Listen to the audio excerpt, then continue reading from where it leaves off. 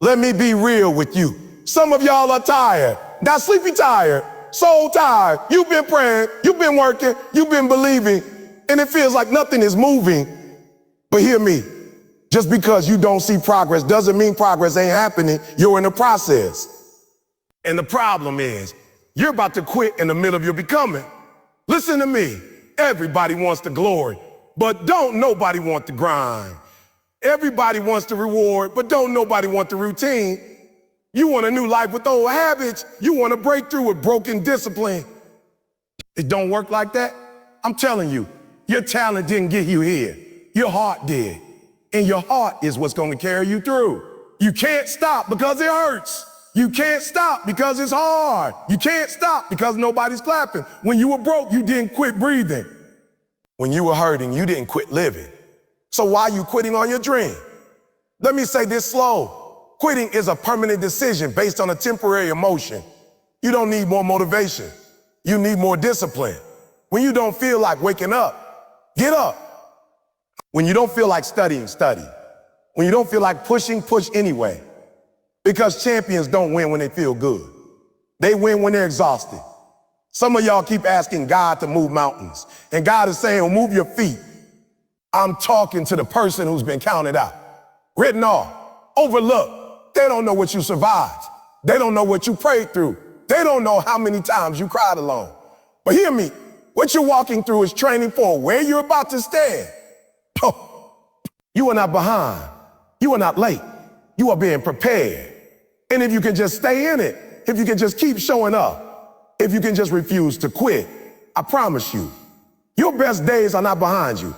Your breakthrough is not canceled. Your future is still calling your name. So when life hits you, hit back. When fear talks, talk louder. When doubt shows up, show discipline. And whatever you do, do. Nah, quick, your best is ahead. Fire, I need you to hear this, and I need you to hear it all the way, not just with your ears, but with your spirit. The pain you're in right now is not random. It's not an accident, it's not bad luck, and it's definitely not because you're weak. What you're experiencing has purpose, even if you don't understand it yet, especially if you don't understand it yet. Most people think pain means something is wrong. No, sometimes pain is proof that something is finally being done right. Let me tell you why. If pain had no purpose, you would have been destroyed already. The fact that you're still standing means the pain didn't come to kill you, it came to shape you. Pain is a teacher, pain is a trainer. Pain is a filter. And if you let it do its job instead of fighting it, it will take you places comfort never could. You don't grow when everything is easy. You don't develop character when life is convenient. You don't discover who you really are when the road is smooth. You find out who you are when you're under pressure, when you're stretched, when you're hurt and still have to show up. Pain introduces you to yourself. Some of you didn't even know you were strong until life demanded strength from you. You didn't know you were disciplined until circumstances forced you to choose between excuses and execution. You didn't know you were resilient until quitting looked reasonable and you refused to do it anyway. That's purpose. You see, if everything worked out the first time, you'd be arrogant. If you won every battle early, you'd be reckless. If success came easy, you'd mishandle it. Pain slows you down long enough to build you up, but here's where people mess up. They rush the pain, they try to escape it, they numb it, they avoid it, they distract themselves from it. And by doing that, they miss the lesson. And when you miss the lesson, life will repeat the test. That's why some of you keep going through the same thing over and over again. Different people, same situation. Different job, same frustration. Different relationship, same ending. It's not bad luck. It's unfinished growth. Pain keeps showing up until you change. Hear me carefully. Pain is not there to punish you. Pain is there to prepare you. It's conditioning you for a level you keep praying for, but aren't ready to sustain yet. You're asking for more responsibility, but responsibility requires resilience. You're asking for elevation, but elevation requires endurance. You're asking for influence, but influence requires integrity. Pain builds all that. And I know you want it to stop. You're tired, you're frustrated, you're confused. You're asking, why me? But the real question isn't why me. The real question is, what is this trying to make me? Because pain always comes with an assignment. Sometimes pain is teaching you patience, because if you got it too fast, you lose it just as fast. Sometimes pain is teaching you boundaries because you kept giving access to people who didn't deserve it. Sometimes pain is teaching you humility because pride was about to cost you everything. Sometimes pain is teaching you discipline because talent without structure always collapses. And sometimes pain is just teaching you how to survive, so later you can teach others how to live. You don't see it now, but one day somebody's going to need the version of you that only pain could create. Somebody is going to be drowning in the same storm you learned how to swim in, and your survival is going to become their roadmap. But that only happens if you don't quit in the middle of the pain. You see, pain has an expiration date, but quitting doesn't. Pain ends when the work is done. Quitting ends the possibility of transformation. Pain says, and stay in it. Quitting says, give up on who you could become. And the truth is, the pain you're in right now is proof that you're in transition. You're no longer who you used to be, but you're not yet who you're becoming. And that in-between space, that's uncomfortable, that's awkward, that's painful, but that's where growth lives. You can't skip it. You can't shortcut it. You can't pray it away. You have to go through it. Think about it. Nothing valuable is developed without pressure. Diamonds don't form without it. Muscles don't grow without resistance. Skills don't sharpen without repetition and failure. Confidence doesn't build without adversity. Pain is the cost of becoming uncommon. And the problem is, most people want uncommon results with common tolerance for discomfort. They want extraordinary lives with ordinary effort. They want purpose without pressure. It doesn't work like that. Pain is proof that life is investing in you. It's stretching your capacity so when opportunity shows up, you don't fumble it. It's deepening your roots so when the wind comes, and will come, you don't fall over. Right now, life is asking you a question. Can I trust you with more? More pressure, more responsibility, more visibility, more invisibility, more influence. And how you handle this pain answers that question. If you complain through it, you fail the test. If you blame others through it, you fail the test. If you quit through it, you fail the test. But if you endure, you learn. If you grow, if you stay disciplined when nobody is watching, you pass. And passing doesn't mean the pain disappears immediately. Passing means the pain starts working for you instead of against you. You stop asking, how do I escape this? And start asking, how do I extract everything this is here to teach me? That's maturity, that's growth, that's leadership. Pain is not your enemy. Comfort is. Comfort keeps you stuck. Pain forces movement. Comfort lies to you and tells you you're fine. Pain tells you the truth and demands change. And I know it hurts to hear that because some of you want relief more than results. But relief is temporary. Results are permanent. You won't always feel like this. But if you handle this season correctly, you'll never be the same again. One day you're gonna look back and realize that the moment you almost gave up was the moment everything was being aligned. The delay was setting up precision. The struggle was installing strength. The rejection was redirecting you. The loss was making room. But that only becomes clear in hindsight. Right now, all you can do is trust that the pain has purpose, even when it doesn't make sense, especially when it doesn't make sense. So don't waste this season. Don't numb it. Don't run from it. Don't rush it. Sit in it. Learn from it. Grow through it. Troll through it. Let it sharpen you, humble you, strengthen you, discipline you. Because when the pain is done with you, you won't just be healed. You'll be ready to, let me tell you something you don't want to hear, but you don't want to hear, but you need to hear. Yeah, motivation is a feeling, and feelings will betray you. Motivation will show up when life is good. Motivation will hype you up when the music is right. Motivation will ride with you when people are clapping, but the moment you're tired, the moment you're bored, the moment nobody is watching, motivation disappears. And that's why so many people start strong and finish weak. They wait to feel like it. Hear me clearly. If you only work when you feel like it, you will never live the life you say you want. Discipline is what shows up when motivation clocks out. Discipline is doing what needs to be done without negotiation. No debate, no excuses, no emotional discussion. You don't wake up disciplined. You decide to be disciplined. And most people don't like discipline because discipline doesn't care about your mood. Discipline doesn't care about your trauma. Discipline doesn't care about your past. Discipline only asks one question. Did you do the work or not? See, motivation said, I'll try. Discipline says, it's done. Motivation is loud but short-lived. Discipline is quiet but unstoppable. And it's the truth, nobody tells you. The people you admire the most are not the most motivated. They are the most consistent. They don't feel special every day. They don't feel inspired every day. They don't feel confident every day. They don't feel confident every day. They just execute anyway. You think champions wake up excited every morning? No, they wake up committed. There's a difference. Commitment says, I don't need permission from my emotions to move forward. Because if your emotions are in charge, your life will always be unstable. One day you're locked in. Next day you're distracted. One day you're focused. Next day you're doubting. That's not growth. That's chaos. Discipline creates structure. Structure creates stability. Stability creates progress. And progress doesn't care how you feel. Let me break it down for you real simple. There are days when motivation feels good. And there are days when motivation is nowhere to be found. Discipline covers both days.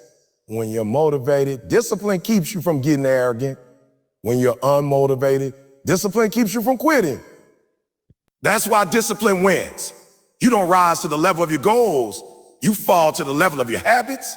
And habits are built by discipline, not motivation. Motivation starts things. Discipline finishes them. And life doesn't reward starters. Life rewards finishers. Some of you are addicted to motivation. You keep watching videos, listening to speeches, scrolling quotes, waiting to feel inspired again. And the whole time, life is passing you by. Another speech. You need another rep. You don't need goosebumps. You need a routine. Routine. You don't need hype. You need standards. Because discipline is standards you refuse to lower. When you say, this is who I am now, discipline makes sure your actions match that statement, even on bad days. And bad days are coming. Stressful days are coming. Boring days are coming. If your system only works when conditions are perfect, it's not a system. It's a fantasy. Discipline works in chaos. Discipline works in pain. Discipline works in silence. And that's why discipline changes lives. See, motivation wants comfort. Discipline wants results. Motivation asks, how do I feel? Discipline asks, what needs to be done? Motivation negotiates. Discipline executes. Motivation makes promises. Discipline keeps them. And let me say this clean, keeps them. Nobody accidentally becomes disciplined. Discipline is trained. It's practiced. It's built through small decisions made repeatedly when nobody is watching. You don't wake up one day disciplined.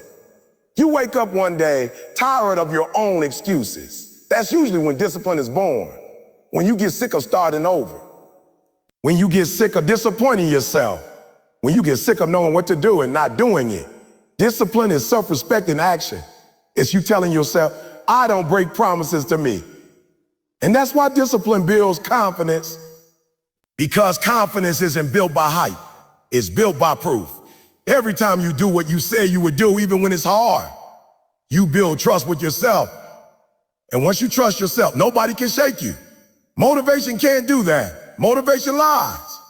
Motivation makes you feel powerful without requiring proof. Discipline requires receipts, and receipts don't lie.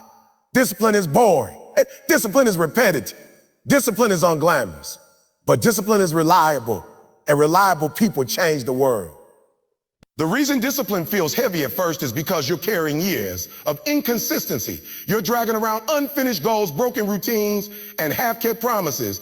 Of course, it feels heavy. But once discipline becomes your identity, it gets lighter. It becomes automatic. It becomes normal. What feels like sacrifice now becomes standing later. And here's the part most people miss. Discipline gives you freedom. People think discipline is restriction. No. Undisciplined living is restriction. When you're undisciplined, you're controlled by your impulses, your cravings, your emotions, your environment. Discipline puts you back in control. You eat with discipline. You gain health freedom. You manage money with discipline. You gain financial freedom. You train your mind with discipline. You gain emotional freedom.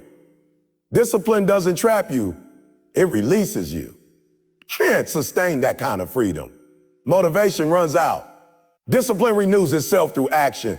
And I know some of you are thinking, but I don't feel disciplined. That's irrelevant. You don't feel disciplined. You act disciplined. The feeling comes later. Feelings follow actions, not the other way around. You don't wait to feel strong to lift. You lift and get strong. You don't wait to feel confident till you act and gain confidence.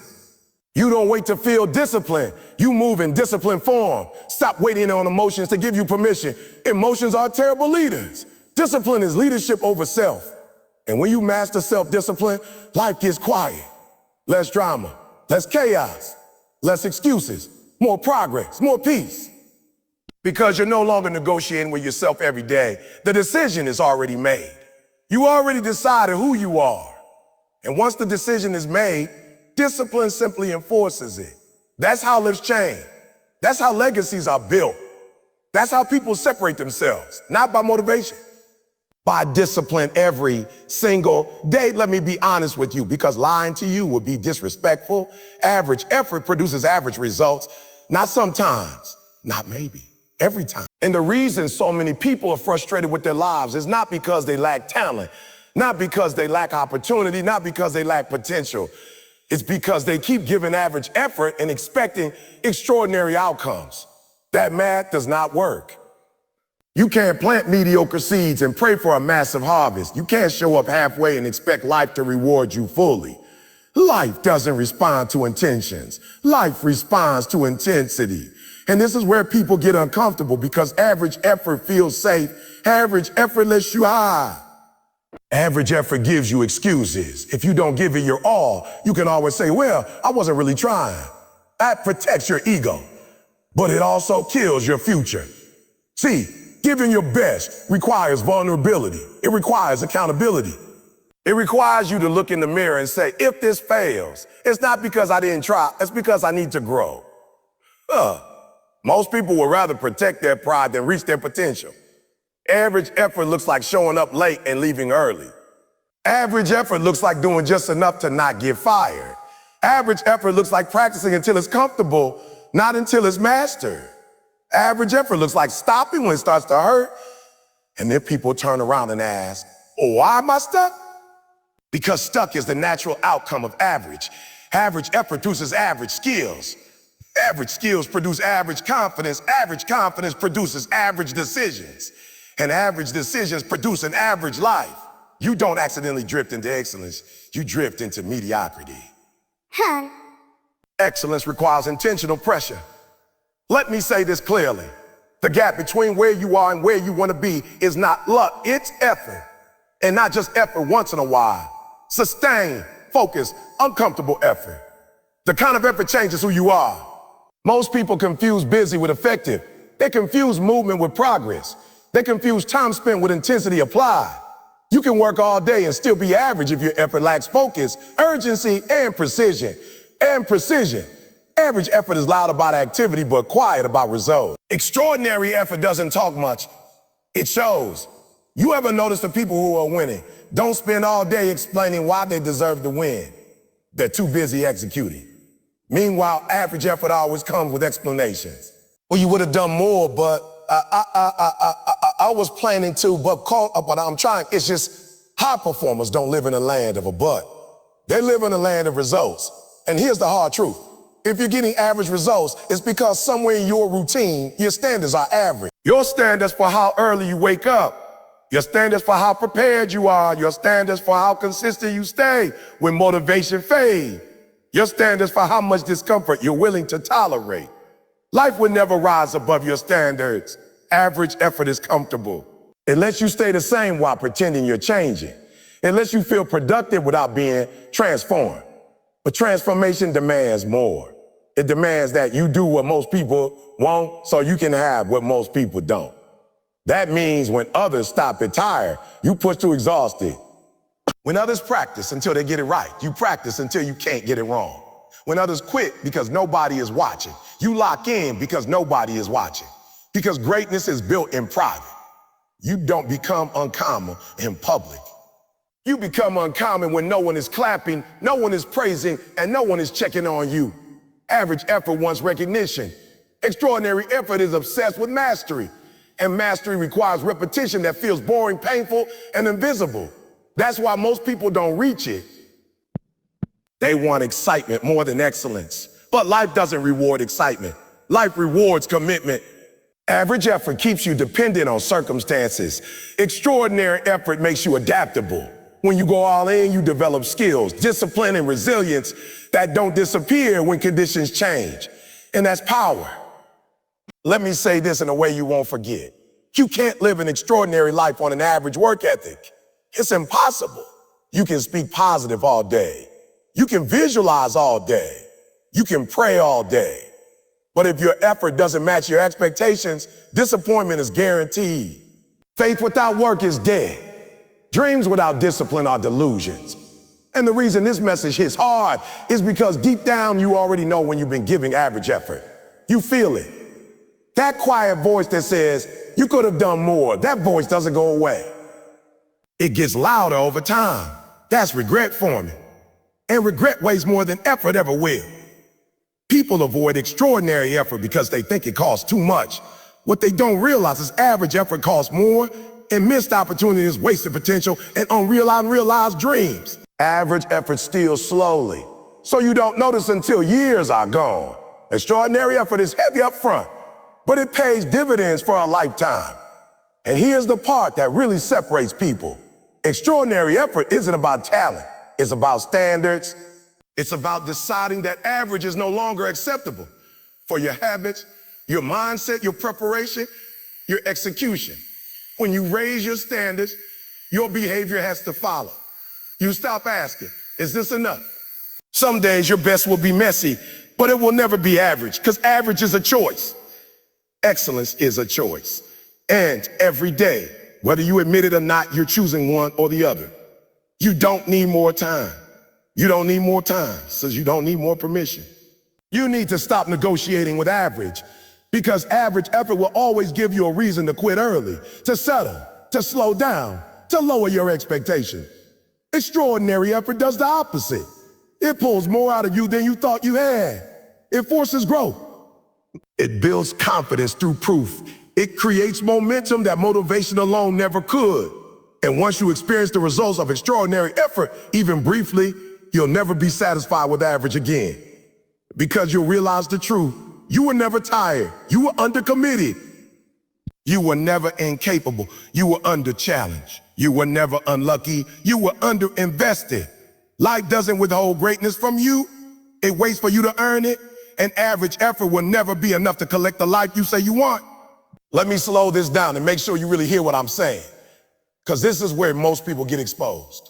You say you want success. You want success. But wanting something casually is not the same as needing something. And success does not respond to casual interest. You don't get success because you like the idea of it. You don't get it because you talk about it.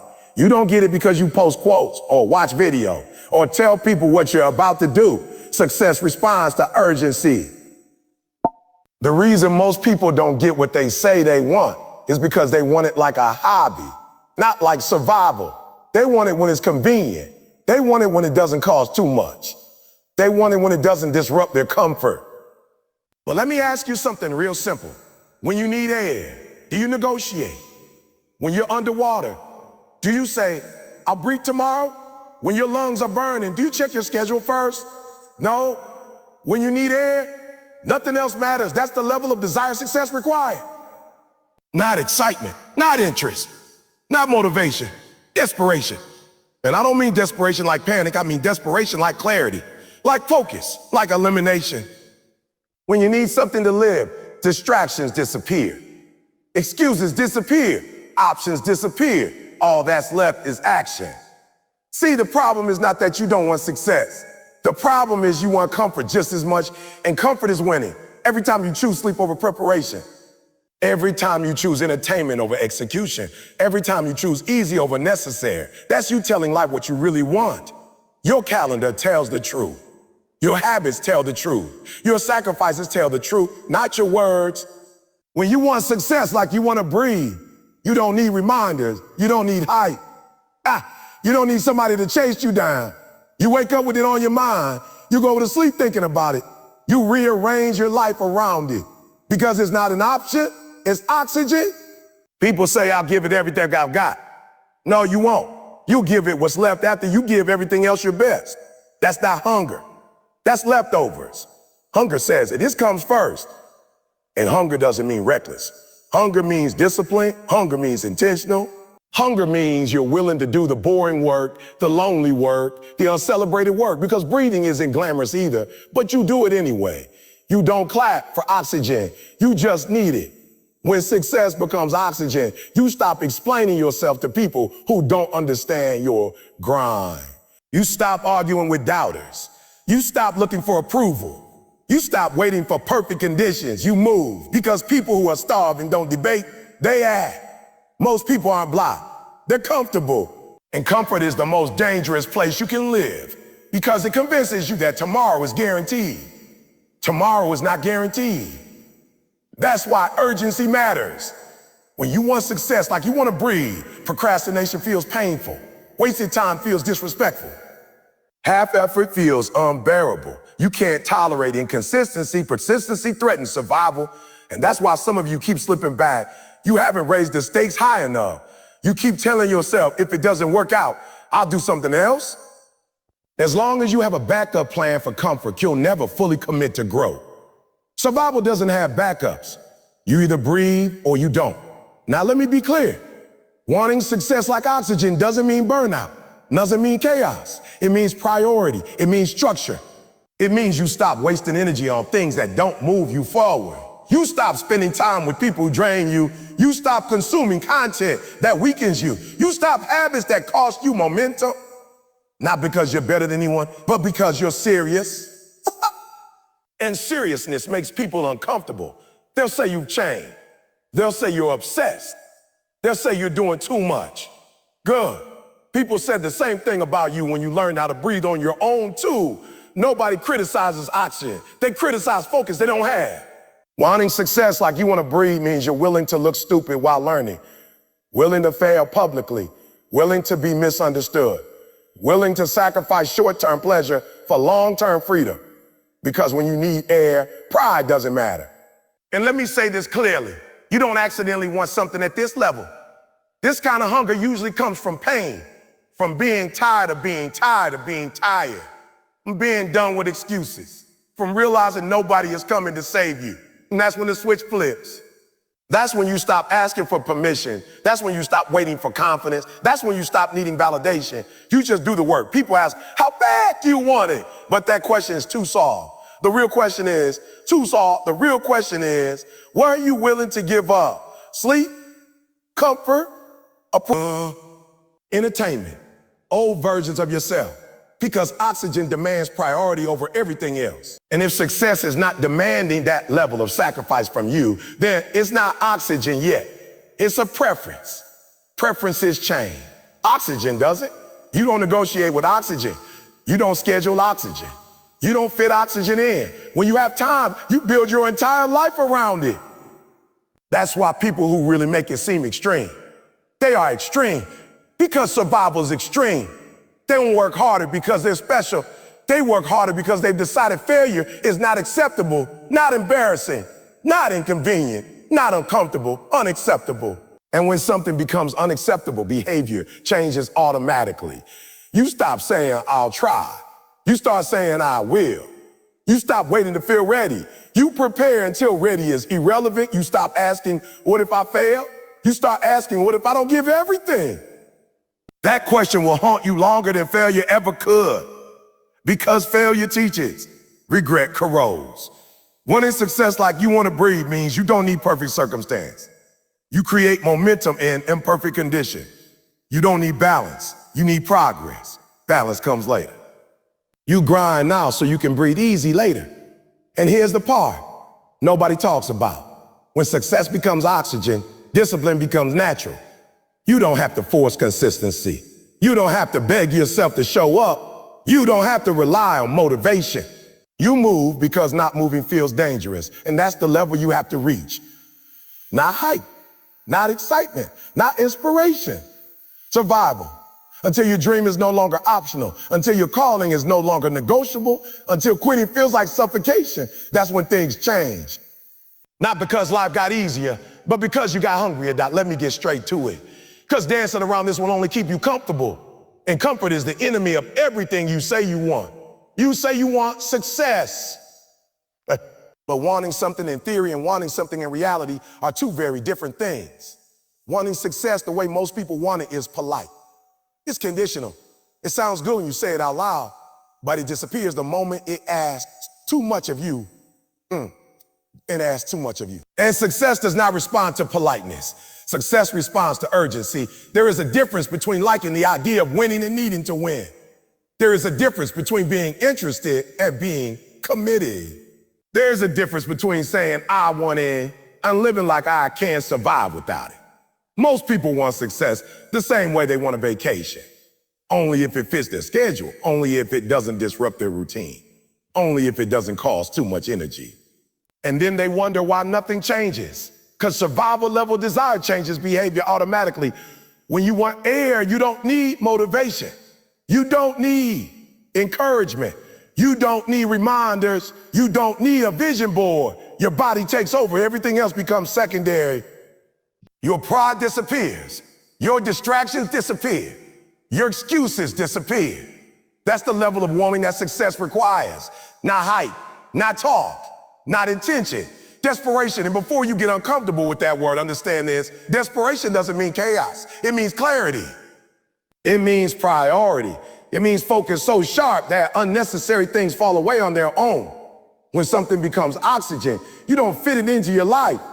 You build your life around it. Right now, the reason many of you are stuck is not because you don't want success.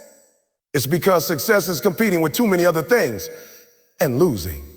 It's competing with sleep, competing with comfort, competing with entertainment, competing with approval, competing with fear. And every day, whether you admit it or not, you are voting with your actions. You don't rise to what you say you want. You fall to what you prioritize. If success were oxygen, you wouldn't need someone to push you. You wouldn't need to be reminded. You wouldn't need perfect conditions. You wouldn't need to feel inspired. You would move because not moving would feel dangerous. That's what hunger does. Hunger simplifies life. When you're starving, you don't argue about menus. When you're suffocating, you don't debate timing. When survival is on the line, you act. You act. Most people aren't lazy. They're comfortable. And comfort convinces you that tomorrow is guaranteed. Comfort tells you there's time. Comfort whispers you can do it later.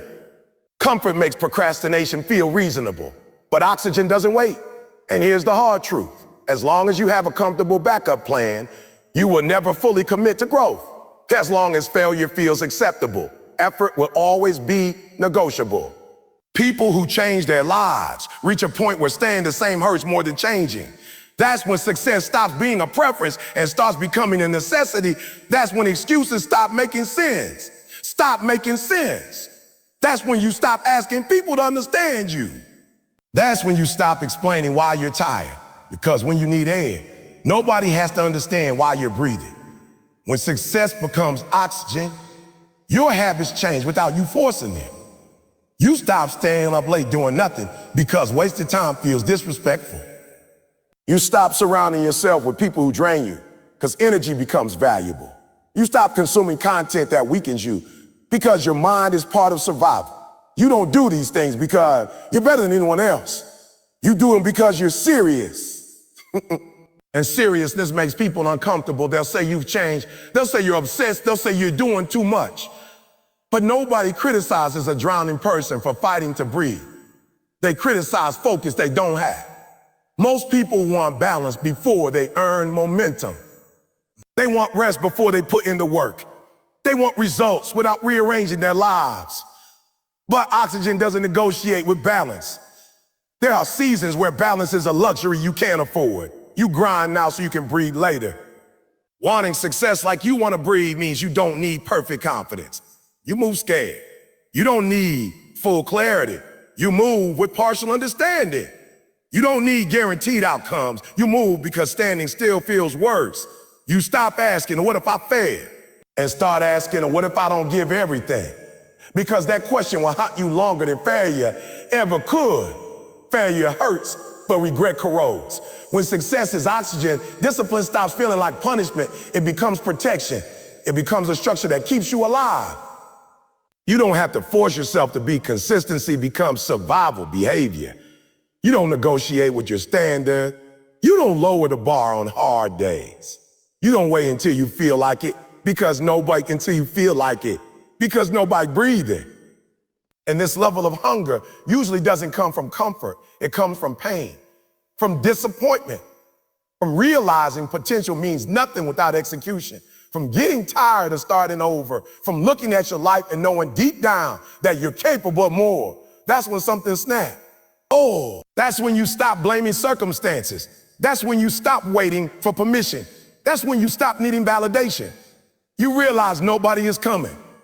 And instead of that breaking you, it wakes you up. You understand that if this is going to happen, it's on you, not someday.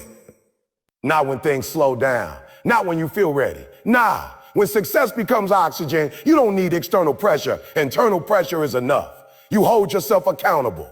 You feel the weight of wasted days. You feel the urgency of unused ability. And that pressure doesn't crush you, it sharpens you.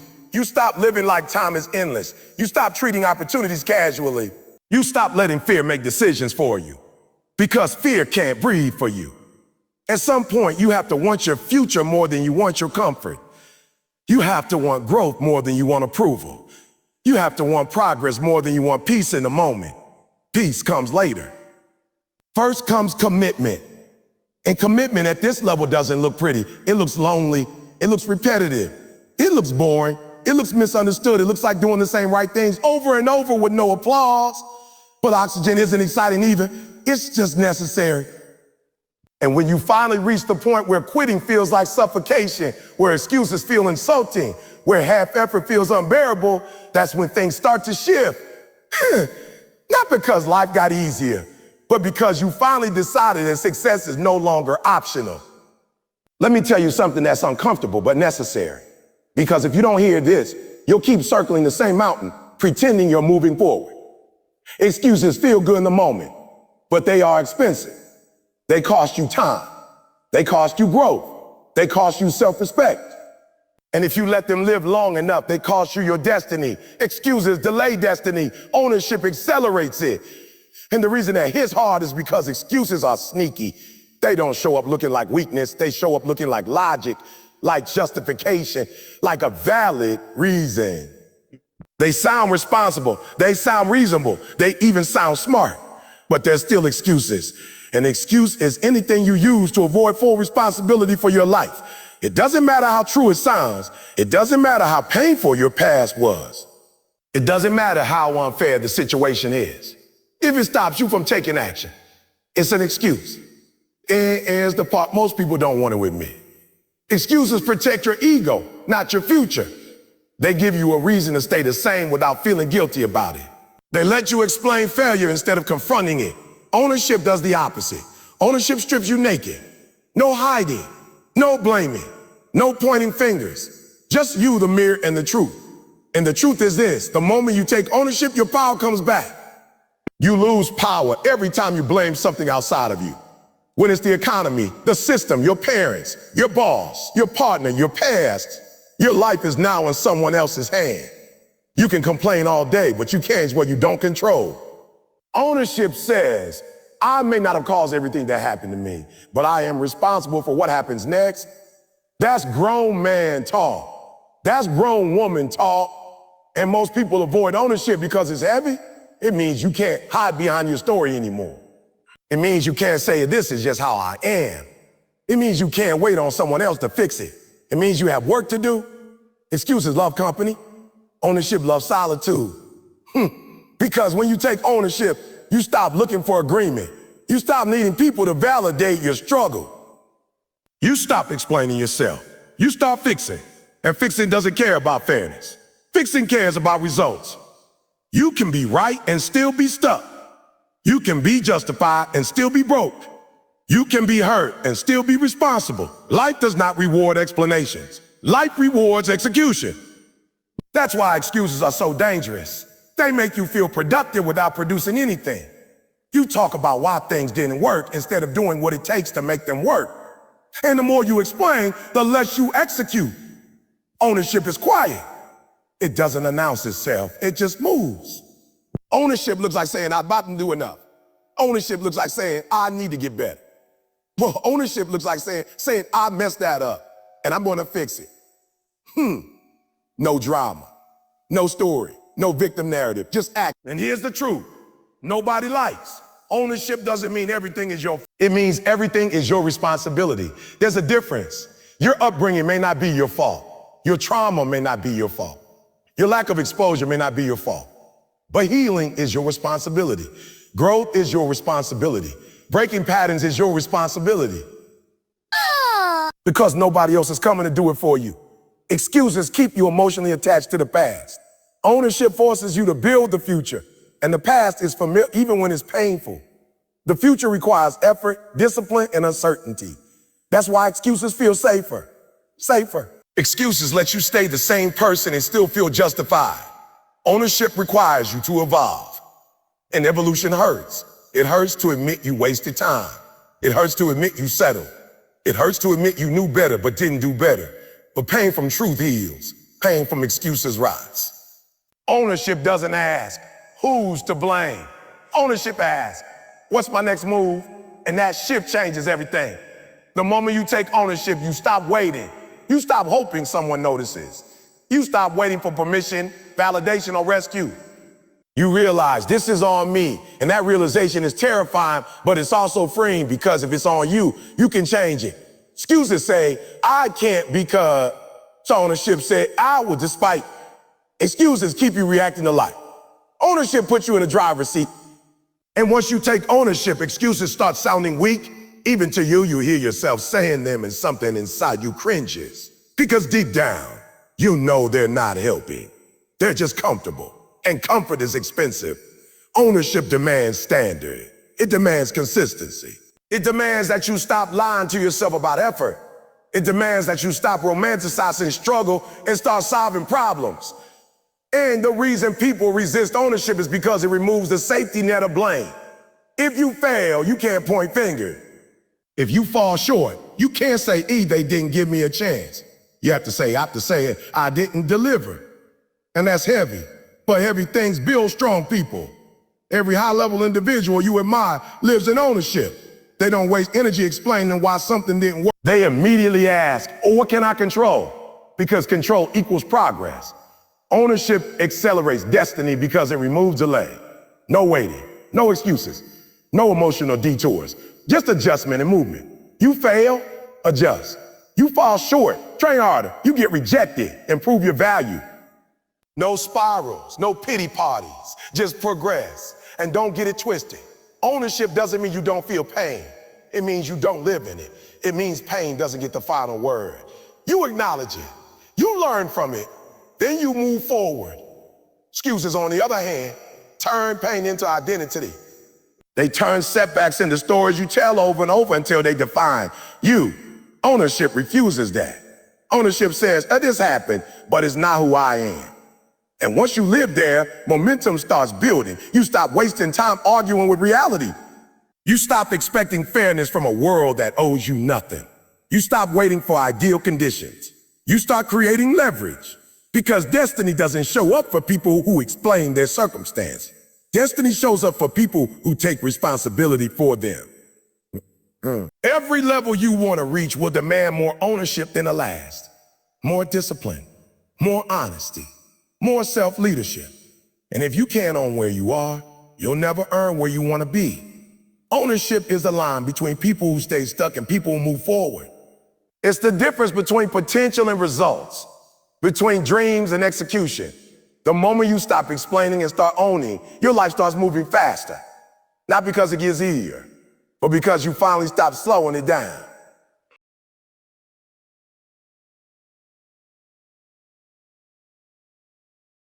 Let me tell you something nobody prepares you for, something people don't post about, don't celebrate, don't clap for, but it's real. And if you don't understand it, it will break you. Loneliness is part of greatness. Not punishment, not rejection, not failure, preparation. And the reason this is hard to accept is because we're wired for connection. We want to be understood. We want to be supported. We want people around us cheering us on. We want confirmation that we're on the right path. But greatness doesn't grow in crowds. Greatness grows in isolation. Most people quit, not because they can't do the work, but because they can't handle being alone while doing it. Let that sink in. There's a season where the phone stops ringing. There's a season where the invites slow down. There's a season where people don't relate to your hunger anymore. There's a season where your discipline makes others uncomfortable. And instead of recognizing that season as alignment, people panic. They think something is wrong. They think they're being rejected. They think they're losing people. But what's really happening is separation. Life is pulling you away from distraction so it can give you direction. See, everybody wants elevation, but nobody talks about separation. Everybody wants to be chosen, but nobody wants to be isolated. Everybody wants influence. Nobody wants the silence that forges it. Because silence is loud when you don't know who you are. When you're alone, there's no audience, no applause, no validation, no distraction. It's just you and your habits, you and your discipline, you and your excuses, and that's uncomfortable. That's why most people would rather stay surrounded by noise than sit alone with the truth. Loneliness exposes you. It shows you where you're inconsistent. It shows you what you're avoiding. It shows you who you are without the crowd. And that's exactly why it's necessary. You can't lead people if you can't lead yourself. You can't influence others if you don't know how to stand alone. You can't handle success if you need constant approval to function. Greatness requires emotional independence. And emotional independence is built in solitude. There's a reason why every high-level individual you admire went through a lonely season. They don't always talk about it, but it was there. The nights they worked while others slept. The weekends they sacrificed while others partied. The moments they doubted themselves because nobody was there to reassure them. That season wasn't accidental, it was intentional. Because before life trusts you with visibility, it tests you with invisibility. Before it gives you a platform, it gives you platform, it gives you privacy. Before it gives you followers, it gives you solitude. Before it gives you influence, it gives you isolation. And if you can't handle being unseen, you're not ready to be seen. Loneliness is where focus is sharpened. It's where distractions are stripped away. It's where you learn the difference between people who support you and people who just enjoy your presence. Because when you stop being convenient, the crowd gets thin. And that's not betrayal. Some people are never meant to go where you're going. So, some people are assigned to a chapter, not the whole book. And loneliness is the space where life removes what can't make the journey. That hurts. I know it does. Because sometimes the people you lose are enemies. They're friends. They're friends, family, people you love. People who just can't understand why you're changing, why you're focused, why you're unavailable, why you're no longer satisfied with average. They'll say you're acting different. They'll say you think you're better.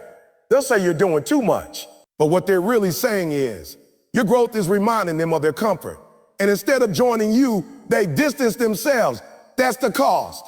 Loneliness isn't just about being physically alone. It's about being mentally alone in a room full of people. It's about having a vision nobody else can see yet. It's about carrying a standard nobody else wants to live by. And that's heavy, but heavy builds strength. You don't develop inner confidence when everyone agrees with you. You develop it when you stand firm without applause, when you keep going without reassurance, when you make the right decision even when it makes you unpopular. That's leadership. Most people confuse loneliness with abandonment, but loneliness is often selection. You're being selected out of the crowd because the crowd would water you down. You can't hear your calling in noise. You can't refine your craft in chaos. You can't build discipline when you're constantly being pulled into other people's priorities. So life isolates you, not to break you, but to focus you. And here's the part nobody warned you about. In lonely seasons, doubt gets loud. When there's no one to affirm you, your mind starts questioning everything. Am I doing the right thing? Is this worth it? Am I crazy for sacrificing this much? That's not weakness. That's growth. Because confidence that survives loneliness is unshakable. If you can believe in yourself when no one else does, applause won't make you arrogant and criticism won't make you fold. Loneliness teaches you how to self-regulate, how to self-motivate, how to self-correct, how to self-encourage. It forces you to become your own support system. And once you can do that, you're dangerous in the best way. Because now you're not dependent on people to stay consistent. You don't quit when others leave. You don't slow down when the room gets quiet. You don't change direction when approval disappears. You move because the mission matters more than the mood, and that's rare. Most people need people to perform. They need accountability, pressure, praise, and there's nothing wrong with that until those people disappear. When they do, most people stop. But the ones who make it learn how to work in silence, they learn how to wake up early with no witnesses, how to train with no audience, how to prepare with no guarantee. That's what loneliness trains you for. It builds discipline that doesn't depend on environment. It builds faith that doesn't depend on evidence. It builds identity that doesn't depend on opinions. And identity is everything. If you don't know who you are, loneliness will crush you. But if you do know who you are, Katsanas will refine you. It will teach you patience. It will teach you discernment. It will teach you how to sit still and not self-destruct. Because some of you don't need more people. You need more clarity. And clarity often comes when the noise leaves. See? Loneliness also reveals who actually belongs in your future. When you stop chasing people and start chasing purpose, the right connections find you naturally. Not because you're looking, but because you're aligned. You don't have to beg for real support. Real support shows up when the work speaks. And here's the truth that hurts but heals. Everyone can't go where you're going. And if they could, it wouldn't be special. Greatness requires sacrifice. And one of the first sacrifices is social comfort. You miss out. You sit out. You stay in while others go out. And sometimes you wonder if it's worth it. It is. Because while others are distracted, you're developing. While others are entertained, you're building. While others are consuming, you're creating. Loneliness isn't empty, it's full of work. And one day, the same people who didn't understand your absence will ask about your results. They'll see the discipline, the confidence, the stability, the growth. They won't see the nights you question yourself. They won't see the weekends you sacrificed. They won't see the tears you swallowed. But you will. And you'll know it wasn't luck. It was the season you didn't quit when it got quiet. Loneliness is not the end of the road. It's the narrow path that leads to something most people will never experience, becoming who you were meant to be without needing permission. And if you can endure that season without shrinking, without chasing comfort, without running back to familiarity, just to feel less alone, you won't just reach greatness, you'll be able to handle it. People don't lose because they aren't talented. They don't lose because they aren't smart. They don't lose because they don't have opportunities. They lose because they are inconsistent. And inconsistency doesn't look dramatic. It looks harmless. It looks like skipping it just one day. It looks like starting strong and fading quietly. It looks like intensity without longevity. That's why it's so dangerous. Consistency doesn't impress people at first. There's no applause for showing up again. There's no hype for doing the same thing right every day. There's no celebration for discipline when it's boring. But consistency compounds. And compounding doesn't announce itself. It builds quietly, invisibly, patiently, until one day the gap between you and everyone else is so wide they think you got lucky. You didn't get lucky. You stayed consistent. Most people overestimate what they can do in a day and underestimate what they can do in a year. They want breakthroughs, but they ignore build-up. They want big moments, but they disrespect small habits. And life doesn't work like that. Life doesn't reward intensity. It rewards repeatability. Anybody can go hard for a week. Anybody can lock in for a month. Anybody can be disciplined when they feel inspired. But who can do it when it's boring? Who can do it when it's slow? Who can do it when there's no feedback? That's where separation happens. Consistency is choosing to show up when the results are silent, when nothing seems to be changing, when the scale hasn't moved, when the money hasn't grown, when the recognition hasn't come. Most people quit there. They say, it's not working. No, it's working quietly. You don't see compound interest day by day. You see it over time. You don't see strength after one workout. You see it after hundreds. You don't master a craft in bursts. You master it through repetition. Consistency is born because it's effective. And effectiveness doesn't need excitement. People chase motivation because motivation feels good. Consistency doesn't feel good. It feels necessary. It feels like brushing your teeth. You don't celebrate it. You just do it because not doing it costs too much. And that's the mindset shift. Consistency says, this is who I am, not what I'm trying. When your habits become identity, quitting feels unnatural. But most people treat consistency like a phase instead of a lifestyle. They say, I'm locked in right now. That tells me you're already planning to unlock later. Consistency doesn't have an off switch. It's not about doing everything. It's about doing the right things repeatedly, even when you're tired, distracted, or uninspired. And let me be clear, consistency doesn't mean perfection. It means returning quick. You miss a day, you don't miss two. You slip, you reset immediately. You don't spiral, you don't self-sabotage. Inconsistency loves drama. Consistency loves correction. Inconsistent people turn one mistake into a reason to quit. Consistent people turn mistakes into adjustments. That's why consistency wins. Consistency wins. Consistency builds trust with yourself first. Every time you do what you said you would do, you strengthen self-belief, not hype belief, evidence-based belief. And confidence-built evidence is unshakable. Motivation can't build that. Talent can't build that. Luck can't build that. Only consistency can. You don't wake up confident. You earn it by keeping promises to yourself when nobody is watching. That's why consistent people walk differently, talk differently, move differently. They're not louder, they're calmer. Because they're not guessing who they are. They've proven it to themselves. Consistency also removes decision fatigue. You don't ask, or should I do it today? The decision was already made. You don't negotiate with habits. You execute them. And that saves mental energy for growth. Most people are exhausted not from doing too much, but from constantly deciding whether or not to do what they already know they should do. Consistency eliminates that argument. And here's the part that hurts. Consistency exposes priority. Consistency exposes priority. If you're inconsistent, it's not because you're confused. It's because something else is more important to you. Time always reveals truth. You don't have to say what you value. Your routine does it for you. Your routine does it for you. That's why consistency is honest. It doesn't lie. It doesn't care about your intention. It only reflects your behavior. And behavior repeated becomes destiny. Small actions done daily shape who you become permanently. Reading 10 pages a day doesn't feel powerful until it does. Saving a little money consistently doesn't feel life-changing until it is. Training for 30 minutes a day doesn't feel extreme until your body reflects it. Consistency compounds quietly, and then suddenly, people see the suddenly and ignore the years. They want the harvest without respecting the planting. Consistency is planting seeds when the ground looks empty, trusting that roots are forming even when nothing is visible. And that trust separates amateurs from professionals. Professionals don't need motivation.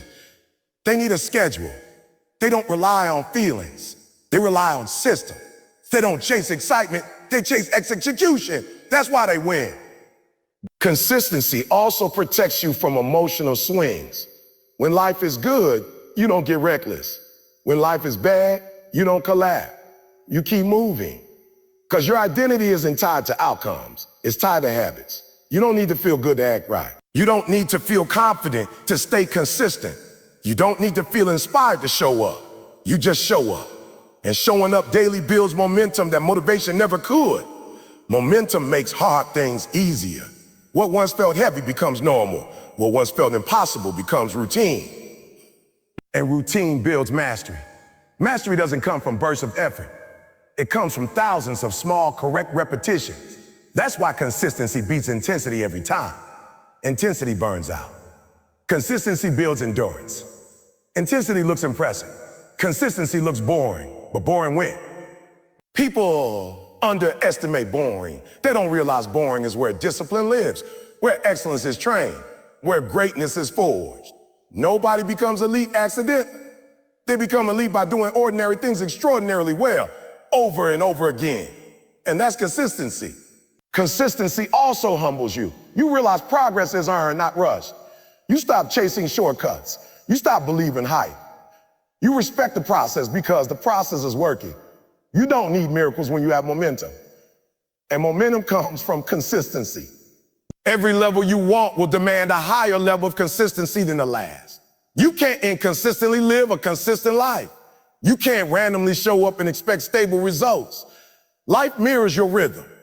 If your effort is sporadic, your results will be unstable. If your habits are inconsistent, your confidence will be fragile. If your discipline is conditional, your success will be temporary. Consistency creates stability. Stability creates growth. Growth creates opportunity. and opportunity favors those who are already prepared. Consistency prepares you before the opportunity arrives. That's why when consistent people get a break, they don't fumble it. They're already built.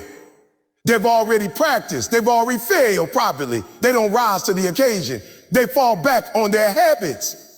And habits built consistently don't crack under pressure. Let me tell you the truth most people avoid. Consistency is lonely. It's repetitive. It's unsexy. It doesn't come with applause. That's why most people won't do it. But the ones who do don't need validation. They have results. They don't talk much. They don't explain much. They don't complain much. They just keep showing up. And over time, consistency compounds into confidence, skill, leverage, freedom. Not overnight, not magically, but inevitably. Because small disciplined actions done daily don't just change what you have, they change who you are. And once who you are changes, everything else follows. Let me clear something up right now, because this mindset is quietly ruining a lot of people. You cannot cheat the process. You can skip steps, but you can't skip consequences. You can rush results, but you can't rush readiness. You can fake progress, but you can't fake capacity. Growth takes time whether you respect it or not. And the reason people get frustrated is because they want the reward without the requirements. They want the title without the training. They want the platform without the pressure. They want the results without the repetitions. But life doesn't work on shortcuts. It works on sequence. There is an order to become. You don't wake up skilled. You become skilled. You don't wake up disciplined. You train discipline. You don't wake up confident. You earn confidence. And every attempt to bypass that order creates weakness you'll eventually have to pay for. People think the process is punishment. It's not. The process is protection. It exists so when you finally get what you asked for, it doesn't destroy you, because success without preparation is dangerous. That's why some people get opportunities they prayed for and then lose them just as fast. They weren't ready to sustain what they rushed to receive. They had access without alignment, exposure without structure, growth without grounding, and life corrected that imbalance. You can't cheat the process, because the process is where you build the muscle to hold the weight of what's coming. Everybody wants to arrive. Nobody wants to become. But becoming takes time. It takes repetition when it's boring. It takes failure when it's embarrassing. It takes patience when you feel behind. And patience is where most people fall apart.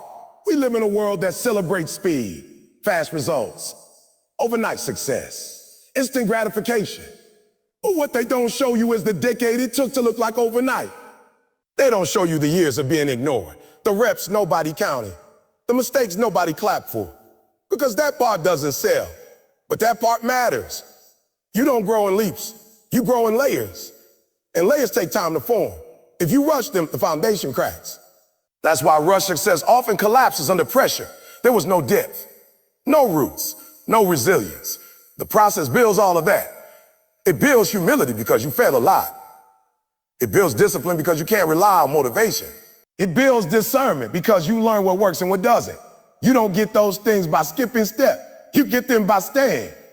Staying when it's slow, staying when it's repetitive, staying when it feels like nothing is happening, because something is happening, just not loudly. The process works quietly. It rewires your habits. It sharpens your thinking. It toughens your emotions. It stretches your capacity. And most of that work is invisible.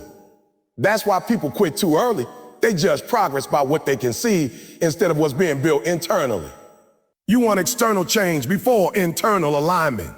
But internal alignment always comes first. If you're not patient enough to grow, you won't be mature enough to lead. If you're not disciplined enough to train, you won't be stable enough to sustain success. If you're not willing to wait, you're not ready to win. Waiting isn't passive, it's active preparation. The process is where you learn consistency, where you learn how to manage your emotions, where you learn how to show up on bad days, where you learn how to work without applause. That's not wasted time. That's conditioning. Think about it. Nothing valuable develops instantly. Muscles tear before they grow. Skills break down before they sharpen. Confidence collapses before it stabilizes. Growth is messy, and people don't like messy. They want clean progress, linear progress, predictable progress. But real growth comes with setbacks, detours, and delays. And those delays aren't denials. They're development. You're not late.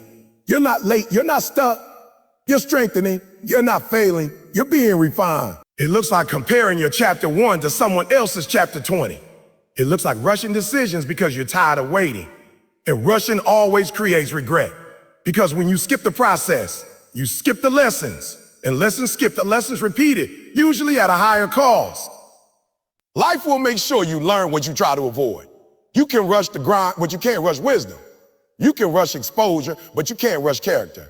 You can rush money, but you can't rush money, but you can't rush discipline. And money without discipline disappears. Exposure without character backfires. Success without wisdom collapses. The process protects you from that. It teaches you how to handle pressure without panicking, how to handle criticism without folding, how to handle praise without losing yourself. Those things matter more than talent. Those things matter more than talent. Talent opens doors. Character keeps them open. And character is built slowly.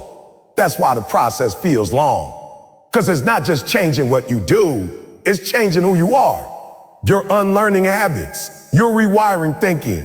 You're confronting ego. You're building standard. You don't become disciplined in a week. You don't become consistent in a month. You don't become resilient a year. Those are cumulative traits. Small decisions made daily over a long period. That's the process. And the hardest part is trusting it when you can't measure it yet, when the results don't match the effort, when you feel like you're doing everything right and nothing is changing. That's where faith comes in. Not blind faith, but disciplined faith. Faith backed by action.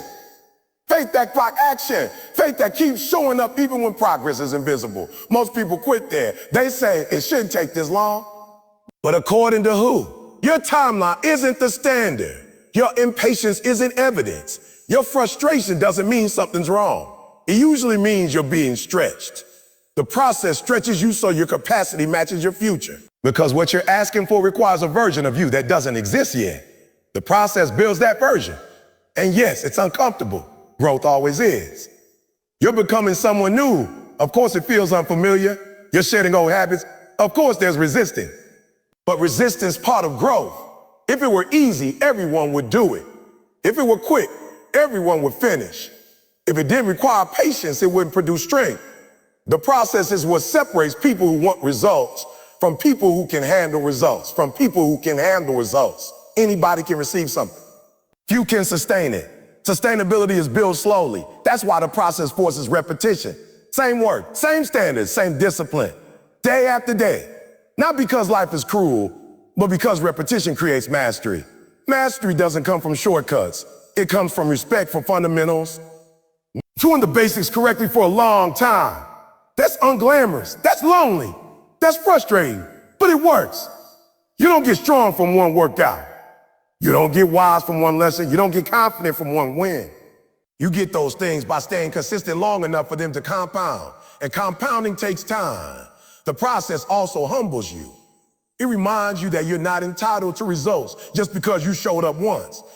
It teaches you that effort is the entry fee, not the guarantee.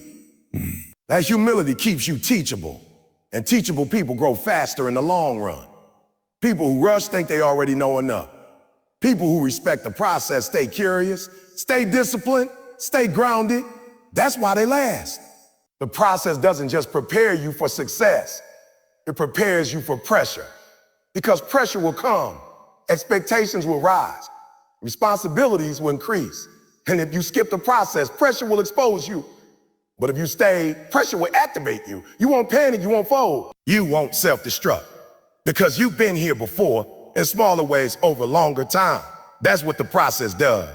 It gives you references, proof, history with yourself. You know you can endure it because you already have. And that confidence is earned, not automatic.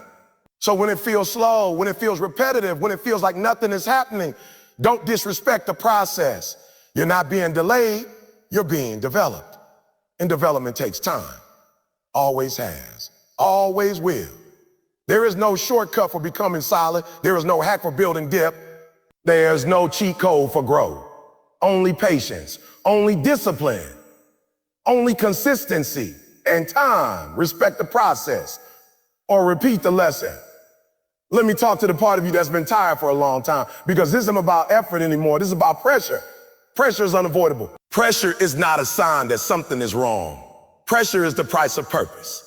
And the mistake people make is thinking pressure means stop. Pressure doesn't mean stop.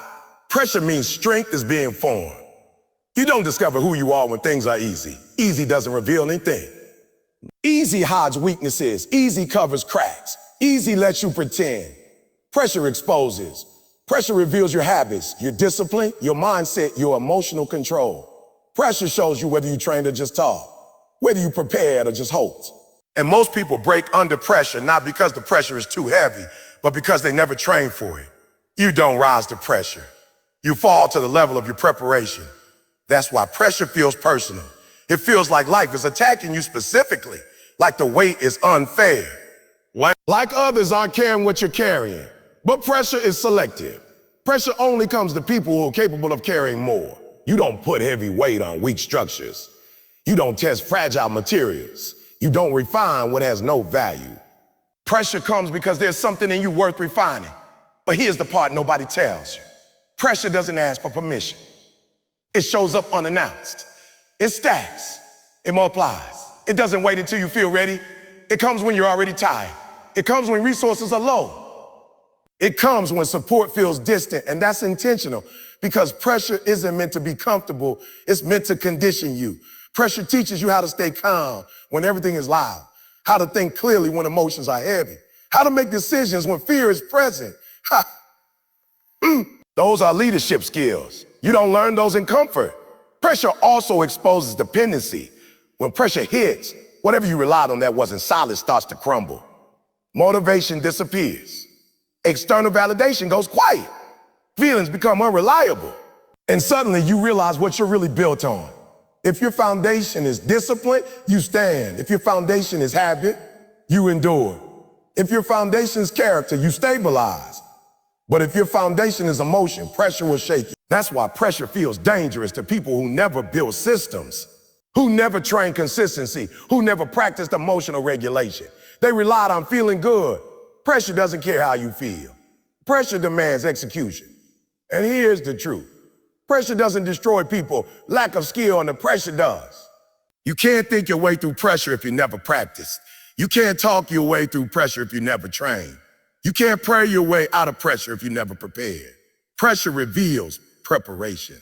That's why two people can face the same pressure and have completely different outcomes. One collapses, one adapts.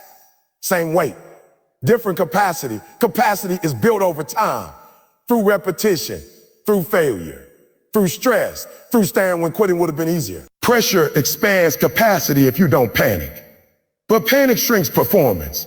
That's why emotional control matters. When pressure hits, your ability to slow your breathing, steady your thinking, and focus on execution becomes the difference between progress and collapse. Pressure tries to rush you, tries to overwhelm you, tries to make you reactive. But growth requires response, not reaction. Pressure also strips excuses. Under pressure, there's no time to explain, justify, or complain. There's only action. And action under pressure reveals truth. You see what you actually know, not what you thought you knew. You see what you can actually do, not what you hope you could do. That's humbling. But humility under pressure is a gift because it shows you exactly what needs strengthening. Pressure is feedback. It tells you where you're weak. It tells you where you avoided preparation. It tells you where habits are insufficient. And if you listen instead of resisting, pressure becomes a teacher. Most people fight pressure. They say it's unfair, too much, bad timing. But pressure doesn't respond to complaints. Pressure responds to competence. When you become competent, pressure becomes manageable. Not easy, but manageable. And competence is built by leaning into difficulty, not avoiding it. Pressure also tests identity. When things go wrong, when stakes are high, when failure is visible, who are you then? Are you disciplined or emotional? Focused or scattered? Calm or chaotic? Pressure strips the mask. That's why it feels so personal. It attacks the version of you that was built on comfort. And that version cannot survive where you're going. Pressure is trying to remove that version. Not punish you, prepare you. You don't need less pressure. You need more capacity. Capacity is built by staying in the fire long enough to adapt. Fire doesn't destroy gold, it refines it. But only if the gold stays. Pressure also forces prioritization. Under pressure, you don't have time for everything. You find out what actually matters. what actually moves the needle, what's essential and what was just noise. That clarity is priceless. People waste years without pressure, busy but not effective, active but not aligned. Pressure cuts through that end. It simplifies, and simplicity under pressure is power. Pressure teaches you how to focus on controllable, what you can do right now. This rep, this decision, this moment, not the outcome, not the fear, not the worst case scenario. Pressure trains presence. And presence is a skill most people never develop. They're always in the future, always anxious, always anticipating failure. Pressure forces you in denial. Now is where execution happens. Pressure also builds respect for the work, for the process, for the fundamentals. Under pressure, shortcuts fail. Mama Day. Fancy plans break. What remains are basics done well. Pressure rewards fundamentals. That's why disciplined people thrive under pressure. They don't need perfect conditions. They rely on muscle memory. On habits ingrained when things were calm. They already decided who they are. Pressure just reveals it. And here's the part people don't like to hear. Pressure increases as you grow. It doesn't decrease. More responsibility, more expectation, more visibility. If you think the goal is to reach a level with no pressure, you're chasing a fantasy. The goal is to become the kind of person who can carry pressure without breaking. That's maturity, that's leadership, that's strength. Pressure also builds self-trust. Every time you survive it, really survive it, you store proof that you can endure, that you can adapt, that you can figure it out. That proof builds confidence that no motivational speech ever could, because it's earned. You stop asking, can I handle this? You start saying, I've handled worse. That confidence is quiet, grounded, unshakable. Pressure also eliminates entitlement. You realize nothing is owed. Everything is earned.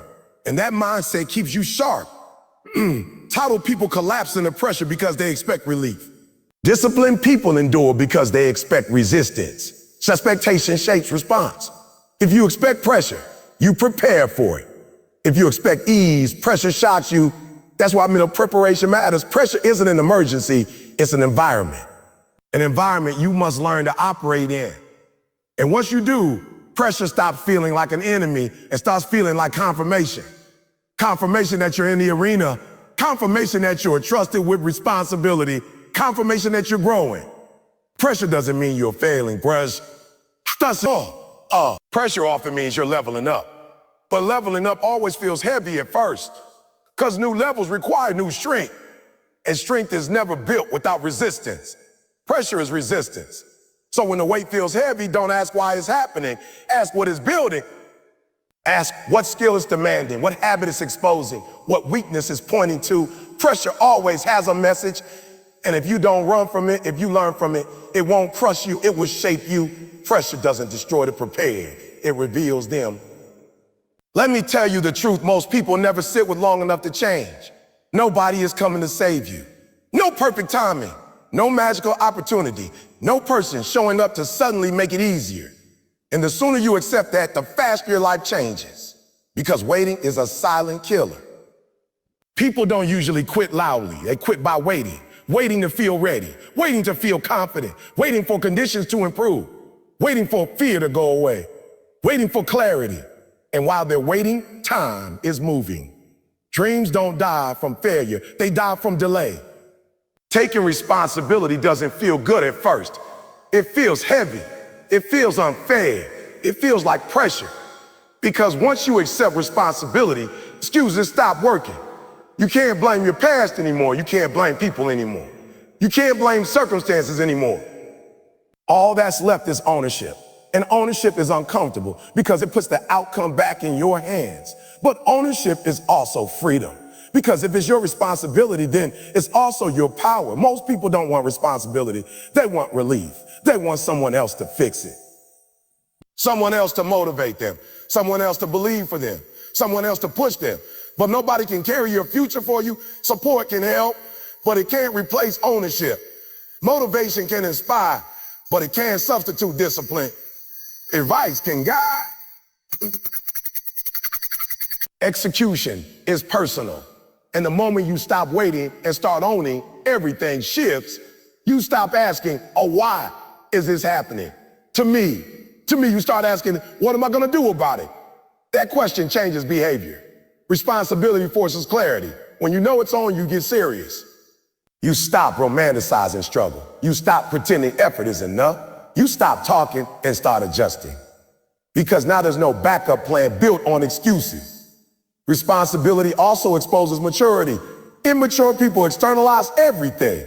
Mature people internalize first. They ask, what could I have done differently? Or what skill do I need to develop? What habit is hurting me? That level of honesty is rare. And rare mindsets create rare results. Taking responsibility doesn't mean blaming yourself for everything. It means refusing to give away control over your future. It means acknowledging what you can influence and committing to influence it fully. You may not control where you started. You may not control what happened to you. You may not control what people did to you, but you control how you respond. And response determines direction. People underestimate how powerful consistent responsibility is. Showing up on time, preparing even when you don't feel like it, owning mistakes without excuses, fixing what you break, following through when nobody checks.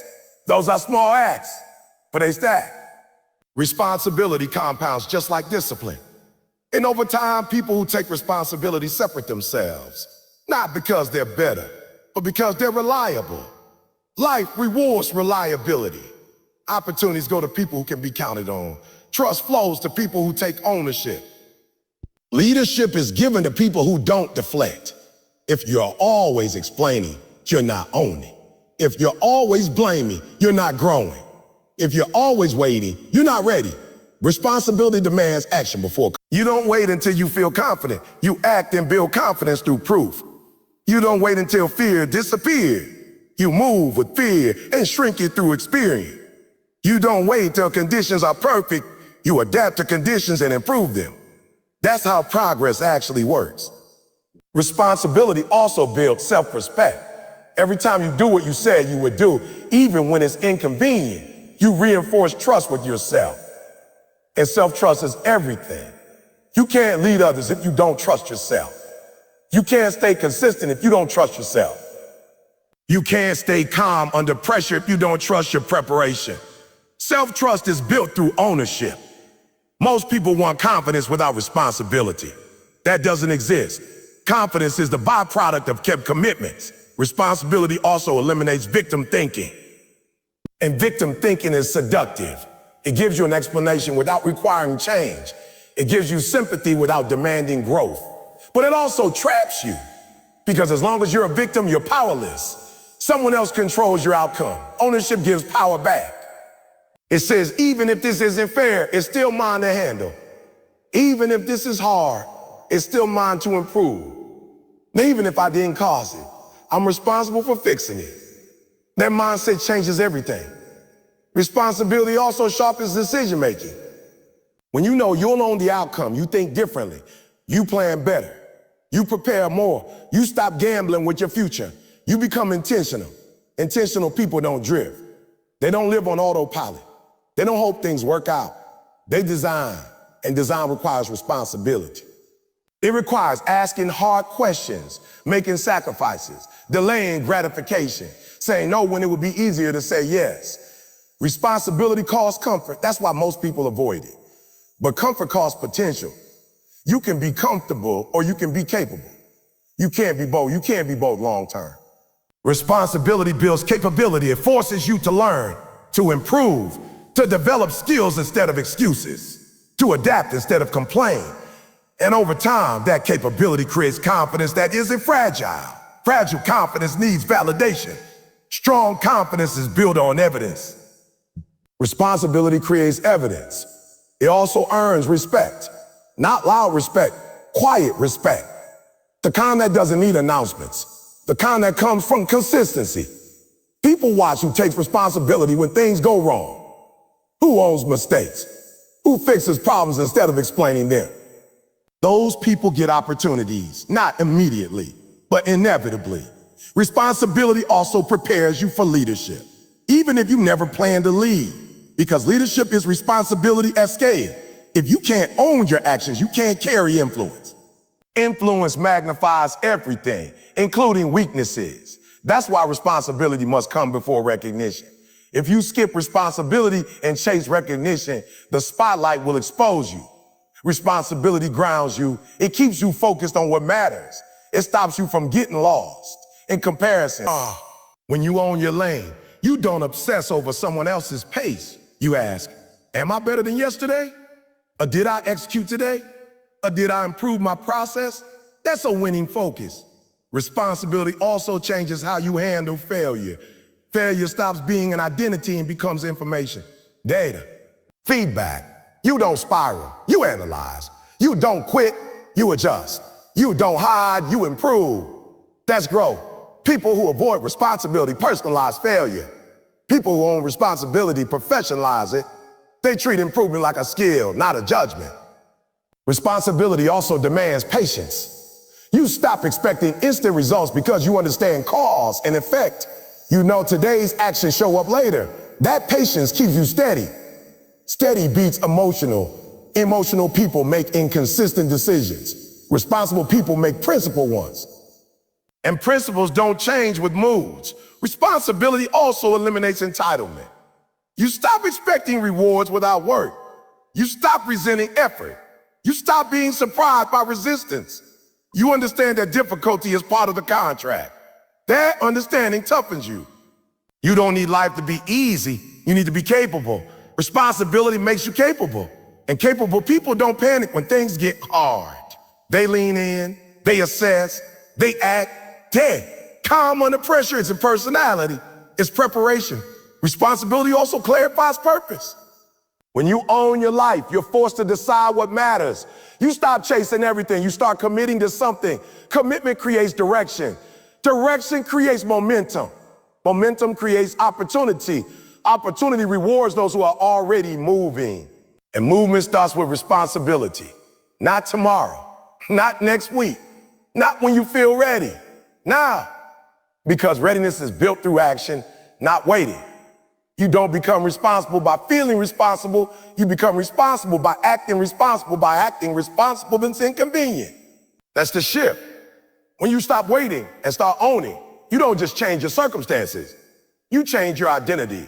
You stop being someone who hopes. You become someone who handles. And people who handle their business don't need saving. They build. Let me talk to the part of you that's been pretending you're fine when you know you're not. Because this keynote is about identity, not what you say you want, but who you are becoming every single day.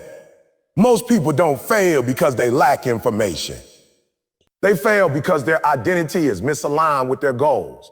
You say you want more, but you still move like who you used to be. You say you want change, but you still protect old habits. You say you want growth, but you still negotiate with discipline, and identity always wins. You don't rise to the level of your goals. You fall to the level of your identity. That's why motivation wears off. That's why inspiration fades.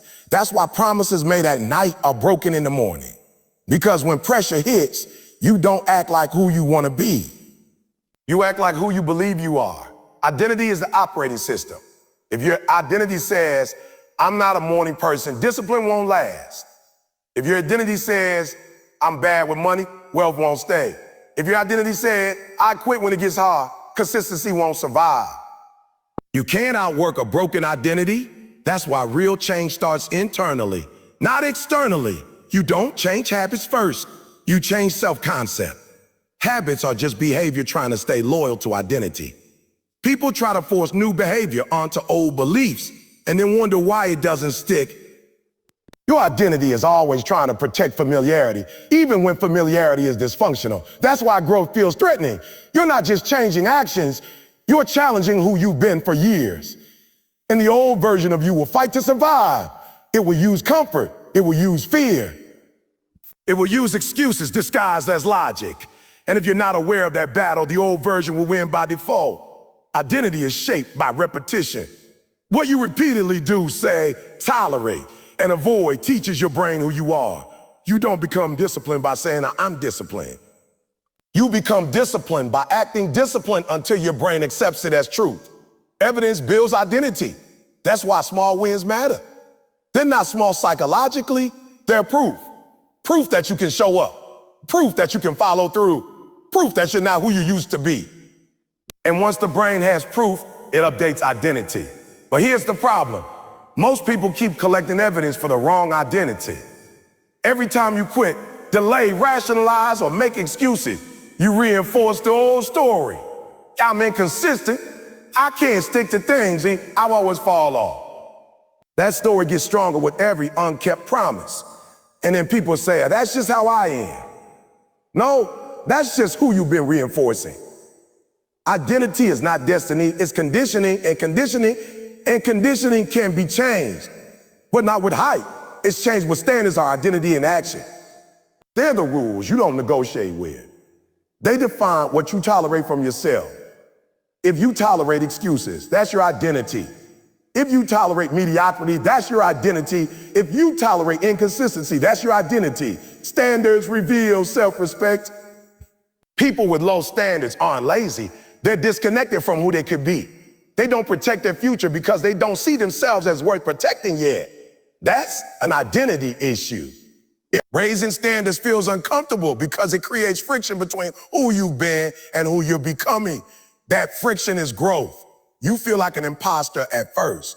You feel like you're acting. You feel unnatural. That's normal. New identities feel foreign before they feel familiar. But repetition turns foreign into familiar. The danger is going back to what feels like you just because it's comfortable. Comfort doesn't mean correct. It means condition. If you want a new life, you need a new self-image. And that requires letting the old one die. That's grief. You grieve who you were. You grieve how easy it was. You grieve the excuses that kept you safe. But you can't carry the old identity into a new level. It won't fit. Identity also controls decision-making. You don't weigh every option. You choose what aligns with who you think you are. If you see yourself as disciplined, you don't debate whether to train. You train. If you see yourself as focused, you don't scroll mindlessly. You stop. If you see yourself as responsible, you don't blame. You adjust. Identity simplifies life. That's why the gold is in willpower. Willpower is exhausting. Identity is efficient. When behavior matches identity, there's no internal argument. But when identity and behavior conflict, you experience stress, guilt, and inconsistency. That's why people feel mentally tired. Even when they're not doing much, they're constantly negotiating with themselves. Change the identity and the negotiation ends. But identity change requires proof over time. You can't think your way into a new identity. You have to behave your way into it. That means doing the work even when it feels fake, showing up even when it feels awkward, holding standards even when nobody's watching, especially when nobody's watching. Identity is built in private. Public wins don't shape identity nearly as much as private discipline. When you do the right thing with no applause, your brain says, this must be who we are. That's powerful. That's why lonely seasons matter. There's no external validation to lean on, only integrity, only consistency, only choice. And those choices shape identity, anything else. Identity also affects what you tolerate from others. When your self-image rises, your tolerance drops. You stop accepting disrespect, chaos, and distraction, not because you're arrogant, but because they don't align with who you're becoming. People may call that a changing. They're right. You are... And change threatens people who rely on you staying the same. That's why identity growth often comes with resistance from others and from within. The old you will whisper, don't do too much. Others will say, you were doing the most. That's the cost of evolution. Identity growth is not loud. It's quiet. It's consistent. It's boring. And it's powerful. You don't announce it, you live it.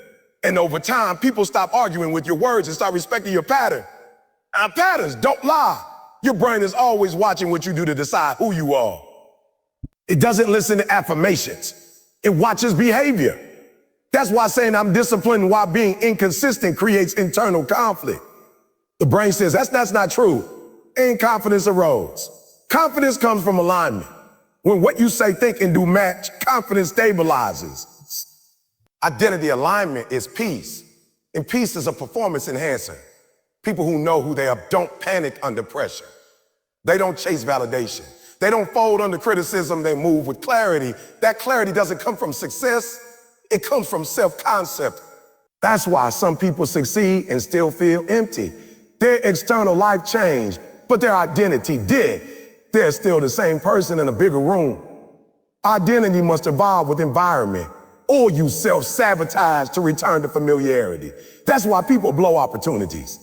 They don't feel like they belong at the level they reach, so they unconsciously act themselves back down. The brain seeks congruence. If success doesn't match identity, identity will sabotage success. That's why you must become the person who can hold what you want before you receive it. Identity first, outcome second. So ask yourself hard questions. Who do I believe I am when things get hard? What standards do I enforce without negotiation? What evidence am I collecting daily about myself? Those answers reveal your identity, and identity determines trajectory. You don't need a new plan. You need a new self-image supported by consistent action. That's the real work, and it's not fast, but it's permanent. Because when identity changes, behavior follows naturally, and when behavior follows naturally, results become inevitable. Not because you're forcing them, but because you become someone who produces them.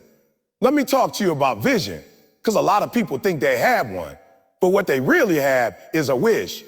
And wishes don't carry you when things get heavy. Vision is not what you want. Vision is what you're willing to suffer for. Everybody wants a better life. Everybody wants success. Everybody wants freedom. But vision is proven when convenience disappears, when comfort is gone, when the excitement fades and all that's left is work. Vision is what keeps you moving when motivation is silent. Most people don't lack ability. They lack clarity. They don't know exactly what they're building, so they get distracted easily. They chase opportunities that feel good instead of commitments that matter. They confuse movement with progress. And without vision, everything feels urgent. Everything feels important.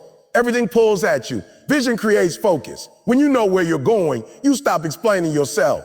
You stop arguing with distractions. You stop negotiating with discipline. You don't need permission to say no, because vision simplifies decision. If it doesn't move you closer, it doesn't belong. If it doesn't align, it doesn't stay. If it costs you a future, it's too expensive. Vision is a filter.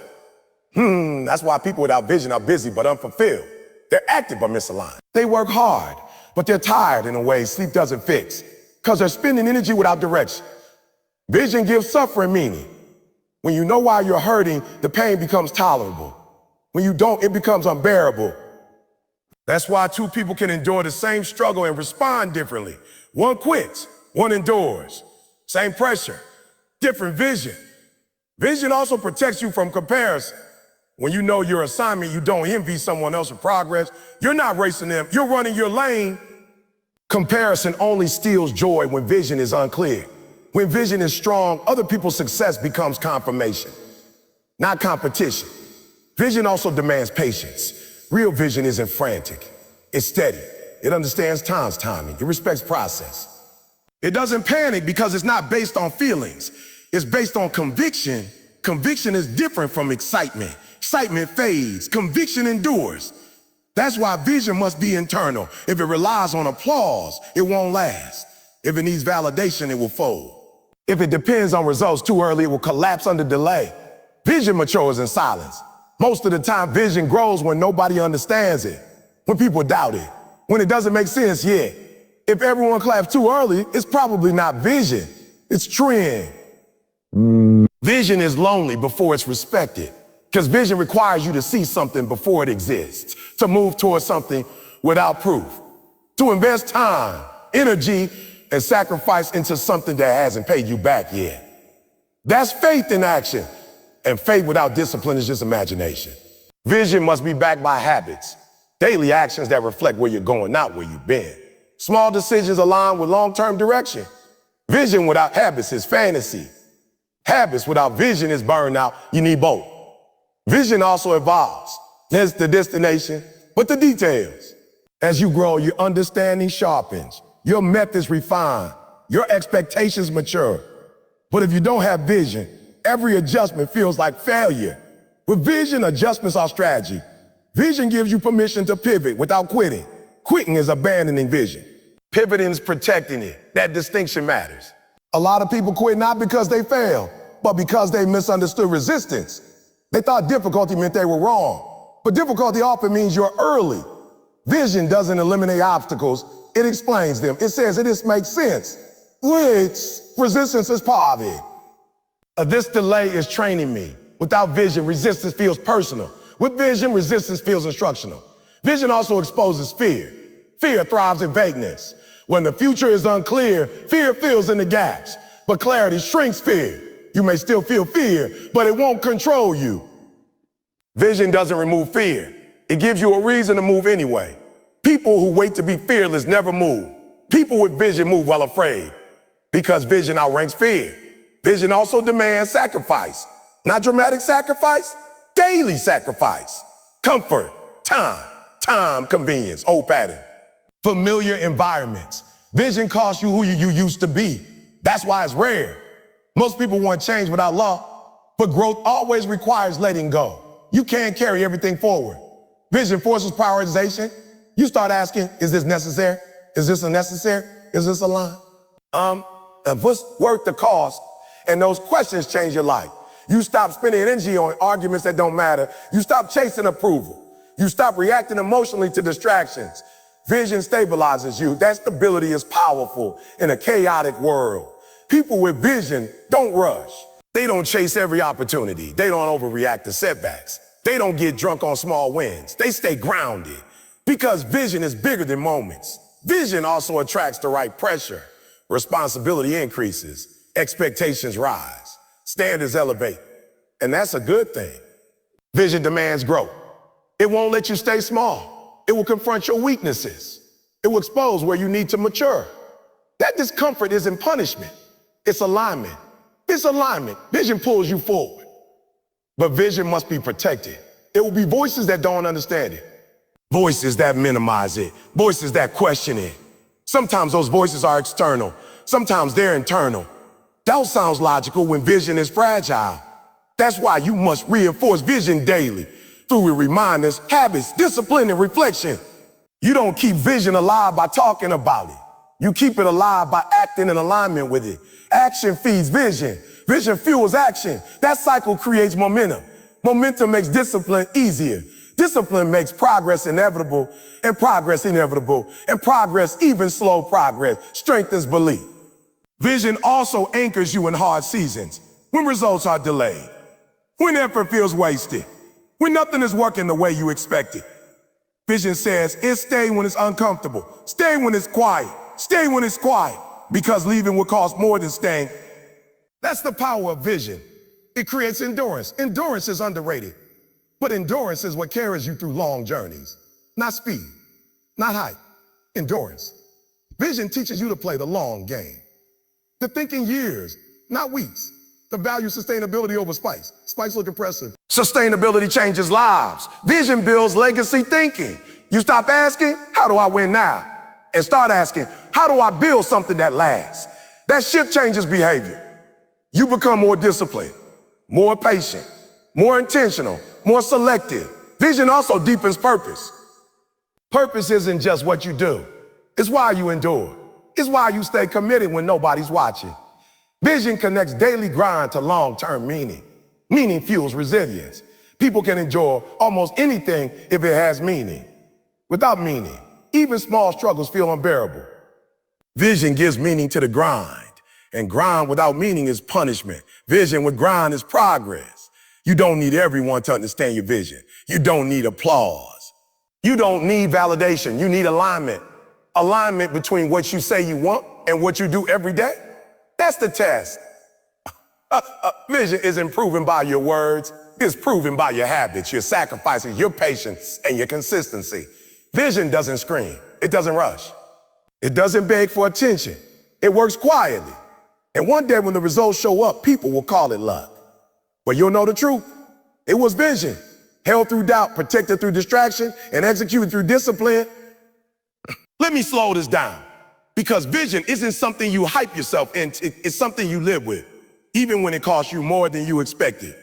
A lot of people think vision is excitement. It's not. Excitement fades fast. Vision stays when excitement dies. Vision is what you return to when you're tired, confused, frustrated, and tempted to quit. Vision is clarity under pressure. Most people don't struggle because life is hard. They struggle because they don't know why they're enduring the hard parts. Pain without purpose feels pointless. Work without direction feels exhausting. Sacrifice without vision feels like punishment. That's why vision matters. Vision gives meaning to effort. It connects today's discipline to tomorrow's outcome. It answers the question, oh, why am I still doing this when it hurts? Without vision, discipline feels forced. With vision, discipline feels necessary. Vision isn't vague, it's specific enough to guide decision, but flexible enough to grow as you grow. It's not just about what you want. It's about what you're building, who you're becoming, and what kind of life you're refusing to settle for. And here's the part people misunderstand. Vision doesn't make things easier. It makes them worth it. When vision is clear, you stop chasing everything. You stop saying yes out of guilt. You stop reacting emotionally to distraction. You stop confusing urgency with importance. Vision organizes your life. It tells your time where to go. It tells your energy what deserves it. It tells your focus what to ignore. Without vision, you live reactively. Whatever is loudest wins. Whatever feels good pulls you. Whatever is urgent controls you. Vision puts you back in control.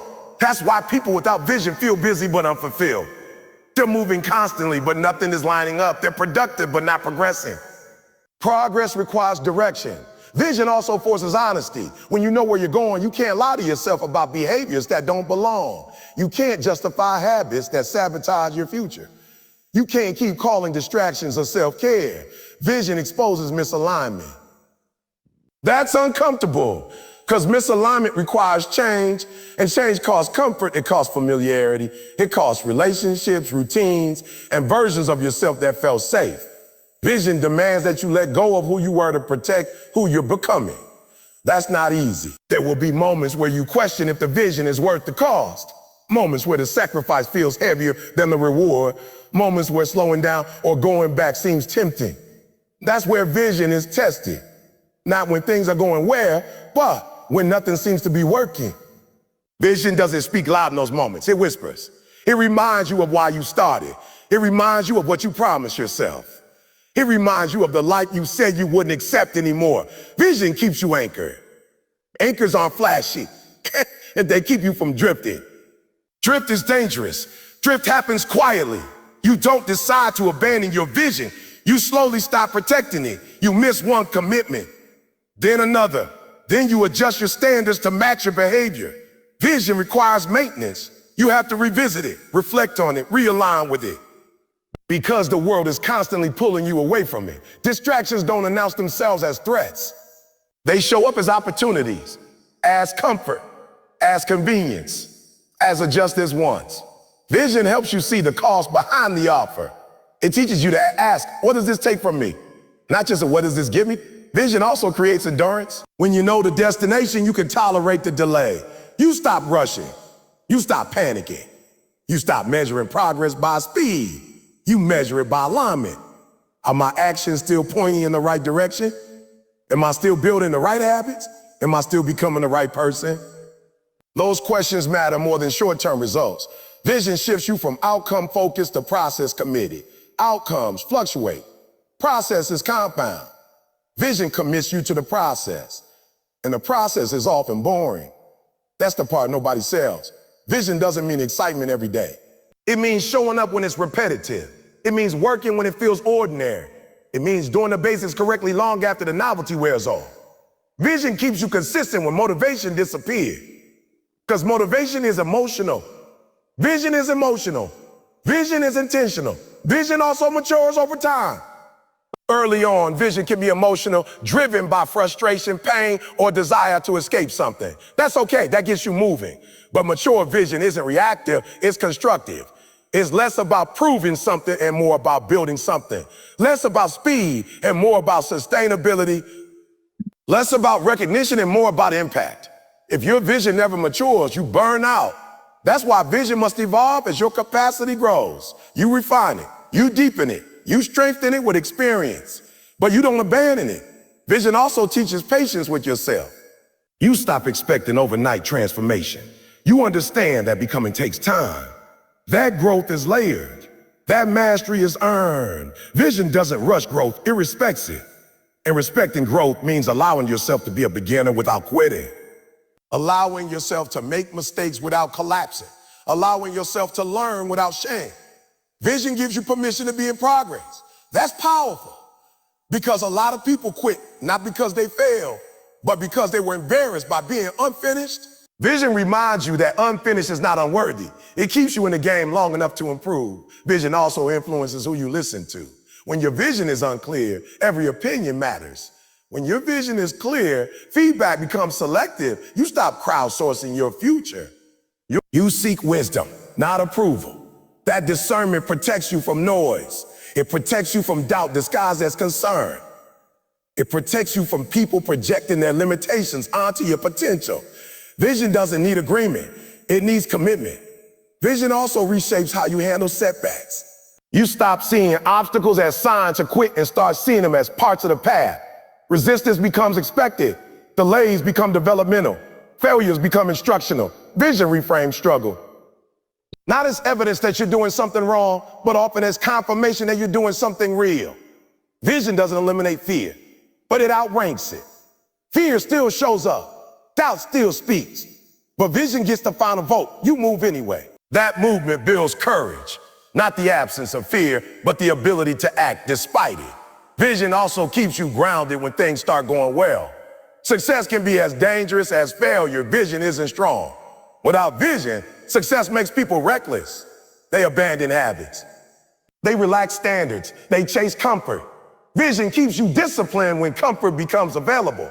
It reminds you that ease is not the goal, alignment is. Vision protects your future from your present desires. That's maturity. Vision also forces long-term thinking. You stop asking, how does this feel right now? And start asking, where does this lead? You become strategic. Strategic people don't react emotionally. They plan intentionally. They think in system. They understand cause and effect. Vision builds that mindset, creates stability. Stability creates trust. Trust creates opportunity. Opportunity rewards those who stayed aligned when it was easier to drift. Vision also deepens meaning. Meaning is what makes effort sustainable. When your work connects to something bigger than comfort, you can endure discomfort without resentment. You're not just working, you're building. You're not just sacrificing, you're investing. You're not just waiting, you're preparing. Vision transforms perspective, and perspective changes experience. Two people can do the same work. One feels burdened, one feels purposeful. The difference is vision. Vision is personal.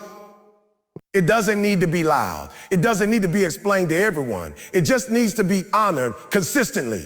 Daily alignment matters more than dramatic declarations. What you do when no one is watching matters more than what you say when everyone is listening. Vision lives in habits. In how you spend your mornings, in how you manage your time, in what you tolerate, in what you protect. Vision isn't revealed in big moments. It's revealed in small choices repeated over time. That's why vision is powerful. Not because it feels good, but because it holds you steady when nothing else does.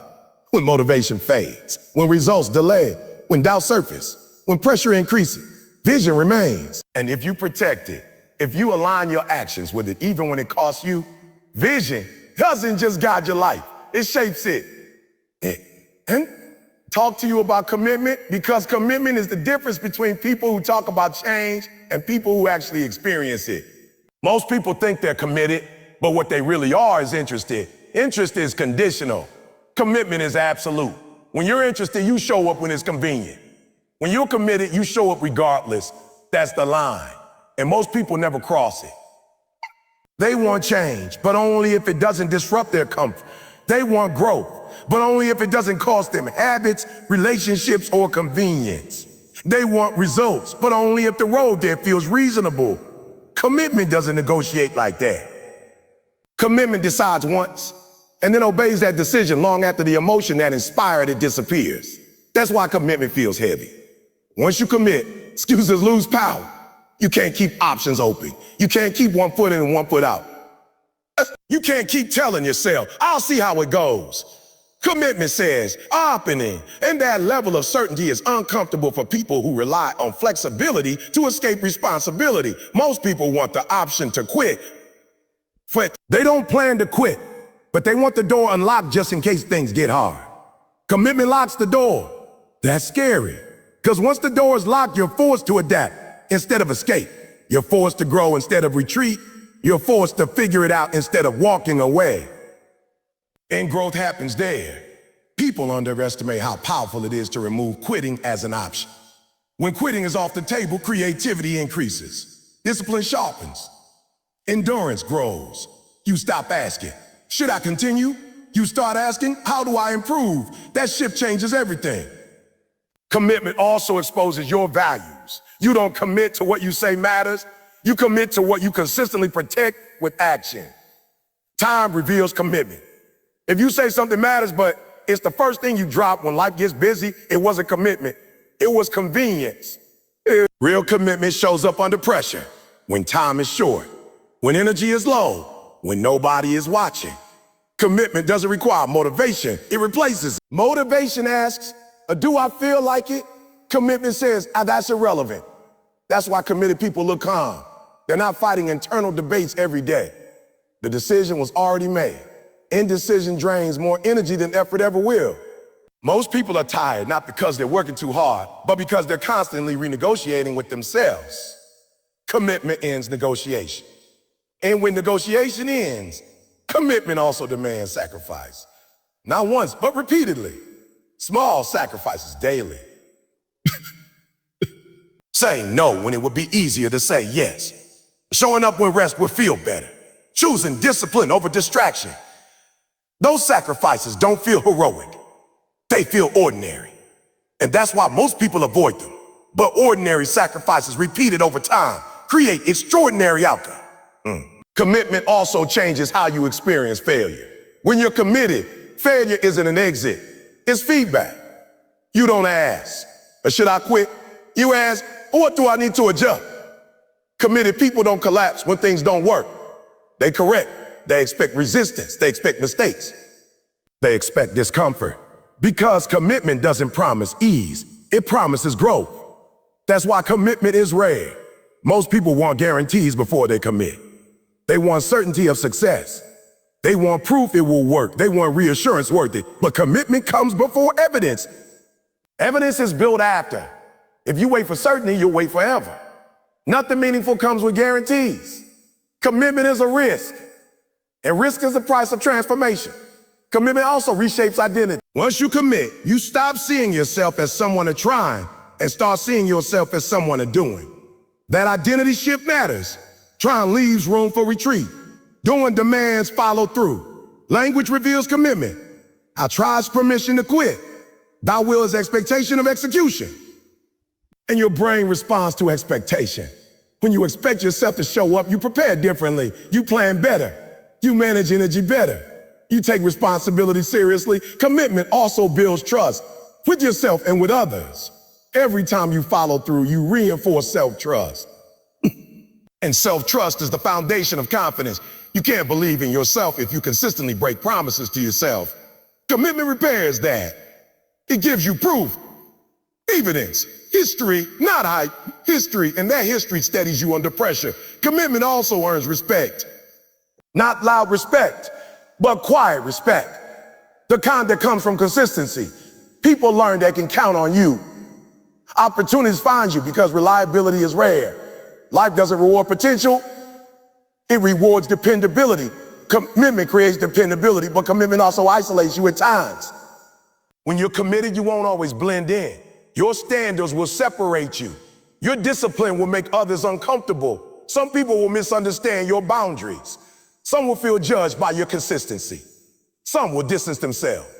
Some will distance themselves. That's part of the cost. Commitment often means choosing long-term fulfillment over short-term belonging. That choice hurts, but it protects your future. Commitment also simplifies life. When you're committed, decisions become easier. You don't chase everything. You don't react to every opportunity. You filter choices through alignment. Does this support what I committed to? If not, the answer is no. That clarity reduces stress. Stress often comes from overcommitment to things you were never fully committed to in the first place. Real commitment narrows focus, and focus increases power. Commitment also teaches patience. When you're committed, you stop expecting immediate results. You understand that progress compounds. You stay steady through slow seasons. You don't panic when growth is invisible. You trust the work. That trust allows consistency. And consistency produces results that motivation never could. Commitment also changes how you handle discomfort. You stop treating discomfort as a signal to stop and start treating it as part of the process. Discomfort becomes familiar. Resistance becomes expected. Difficulty becomes normal. That normalization is powerful. Because once discomfort is normal, fear loses control. Commitment also protects you from distraction. When you know what you're committed to, shiny things lose appeal. You don't chase trend. You don't abandon the path for novelty. You stay the course. Staying the course is underrated. Most people don't fail because they chose the wrong path. They fail because they didn't stay long enough for the right path to work. Commitment gives time a chance to do its job. Time plus commitment equals mastery. Mastery doesn't come from talent. It comes from staying when others leave. Commitment also humbles you. It reminds you that results are earned and not owed. That effort is required even on bad days. That discipline matters more than desire. That humility keeps you grounded as you grow. Commitment also strengthens resilience. When quitting isn't an option, you learn to endure. You develop emotional regulation. You learn how to push without breaking. Resilience isn't something you're born with. It's something you build by staying. And staying requires commitment. Commitment doesn't mean you never doubt. It means doubt doesn't decide. Commitment doesn't mean you never struggle. It means struggle doesn't stop you. Commitment is choosing direction over comfort, over and over again. Most people want transformation without commitment. That's why they start often and finish rarely. Finishing requires commitment when the excitement is gone, when nobody is clapping, when progress is slow, when it feels repetitive. That's where commitment proves itself. And if you can stay there, if you can keep honoring the decision you made long after the feeling fades, commitment will change you. Not overnight, not easily, but permanently. Because commitment doesn't just change outcomes. It changes who you are. And once who you are changes, everything else follows. Let me talk to you about standards, because standards are the invisible line that decides how far your life can go. Not talent, not motivation, not opportunity. Standards. Your life will never consistently rise above the standards you tolerate. Most people don't fail because they aim too low. They fail because they accept too little from themselves. They normalize things that should bother them. They excuse behaviors that should be corrected. They get comfortable with levels they were only supposed to pass through. And whatever you tolerate, you teach your brain to accept. Standards are not what you say you want. They're what you refuse to live without. They're what you do automatically, not occasionally. They're what you protect even when nobody is watching. That's why standards are uncomfortable. Once you raise them, you can't unsee misalignment. You can't pretend anymore. You can't keep lying to yourself about effort, discipline, or consistency. Standards remove excuses. When standards are low, excuses sound reasonable. When standards are high, excuses sound embarrassing. Raising standards forces responsibility, and responsibility is heavy. Most people don't want higher standards because higher standards demand change, not intention. They demand that you act differently, think differently, move differently, even when it's inconvenient. Standards don't care about your move. They don't care about your past. They don't care about your reasons. They only care about execution. That's why standards are more powerful than goals. Goals are aspirational. Standards are operational. A goal says, I want to be disciplined. A standard says, I don't skip workouts.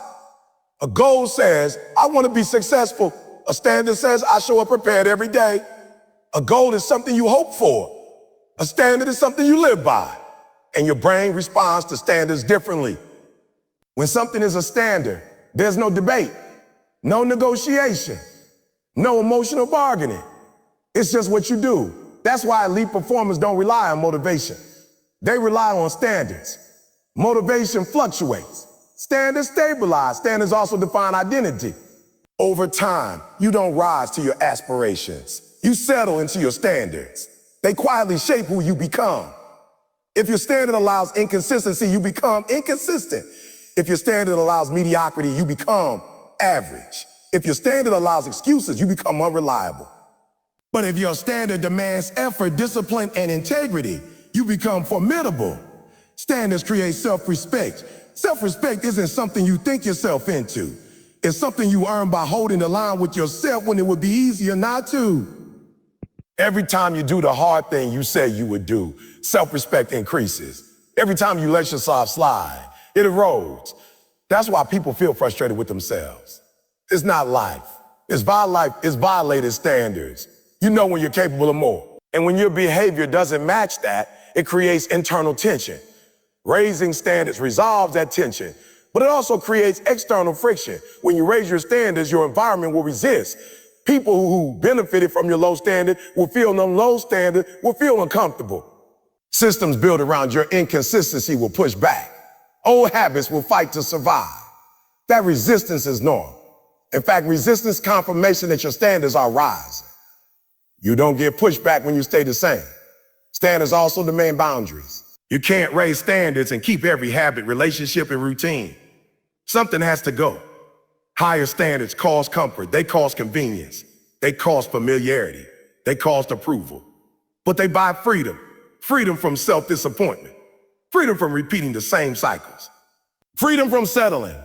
Standards also sharpen focus. When your standards are clear, decisions become simpler. You don't weigh everything emotionally. You filter alignment.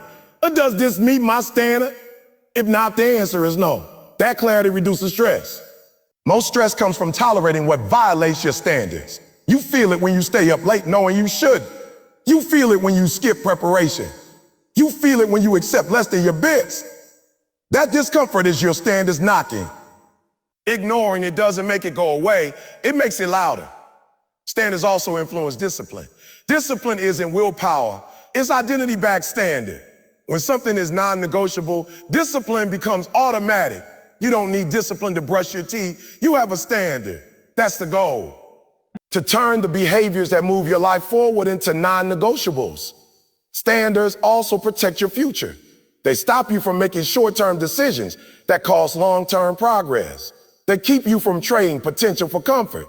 Without standards, you live reactively. With standards, you live intentionally. Standards also expose truth. You don't have to wonder what you value. Look at what you consistently enforce. Time reveals standards. What you let slide reveals your priorities. And here's the hard truth. Nobody rises accidentally. People rise because they demand more from themselves than life demands from them. Life will always try to pull you down to the lowest acceptable level. Standards push back. Standards are your defense against drift. Drift is dangerous because it's subtle. You don't notice it day to day. You notice it when years have passed and nothing changed. Standards prevent drift. They keep you sharp. They keep you accountable. They keep you aligned. Standards also create momentum. When you consistently meet your own expectations, confidence grows. Not hype confidence, earned confidence built on standards is stable. You trust yourself. You trust yourself. You trust your preparation. You trust your follow through. That trust changes how you show up under pressure. People with low standards panic under pressure because they don't trust their habits. People with high standards lean on their training. Standards are training. They prepare you before opportunities arrive. That's why when the moment comes, it doesn't feel lucky. It feels familiar. Standards also elevate your environment. When your standards rise, your circle changes. Not because you abandon people, but because alignment shifts. Some people will rise with you. Some will resist. Some will fade. That's part of growth. Standards aren't about judging others. They're about protecting your direction. You don't owe anyone access to a version of you that no longer exists. Standards also demand consistency. You can't have high standards occasionally. That's not standard. That's moods. Standards are boring, repetitive, predictable, and that's why they work. Excellence is not dramatic. It's consistent. People think raising standards means being extreme. It doesn't. It means being honest. Honest about effort. Honest about preparation. Honest about discipline. It means no longer lying to yourself about it trying. Trying is vague. Standards are specific. I don't skip. I don't show up unprepared. I don't settle. Those are standards. And yes, you'll fail sometime. Raising standards doesn't mean perfection. It means faster correction. You don't spiral. You reset. because the standard remains. Standards also teach patience. You stop expecting instant results because you understand the math of consistency. You trust that meeting the standard daily compounds over time. Standards play the long game, and the long game always wins. You don't need to change everything at once. You need to raise standards one behavior at a time and protect them fiercely. What you protect grows, what you tolerate stays. Standards are the quiet force shaping your future. Not loudly, not dramatically, but relentlessly. And if you're willing to raise them, really raise them, and live up to them even when it's inconvenient, even when nobody is watching, even when it costs you comfort, your life will rise to meet them. It always does. Let me talk to you about consistency, because consistency is a separator nobody celebrates, but everybody's results are built on. Not intensity, not talent, not height, consistency. Most people don't fail because they're incapable. They fail because they're inconsistent. They show up strong sometimes and disappear other times. They give full effort when they feel inspired and disappear when things feel ordinary. And life doesn't reward occasional effort. Life rewards repetition. Consistency is doing the right thing even when it feels boring, even when it feels small, even when it feels like it's not working yet. It's choosing alignment over excitement. It's choosing process over applause. Consistency doesn't look impressive in the beginning. That's why most people don't respect it. There's no rush, no adrenaline, no instant validation, just work, day after day, rep after rep, choice after choice. And the reason consistency is rare is because it requires emotional maturity. You have to stop relying on feelings to dictate behavior. You have to stop waiting to feel ready. You have to stop needing every day to feel meaningful. Consistency accepts that some days are just days. No breakthroughs, no big wins, no dramatic moments, just showing up anyway. That's hard for people who confuse motion with progress. You can be busy and still inconsistent. You can work hard in bursts and still go nowhere. Consistency isn't about how hard you go.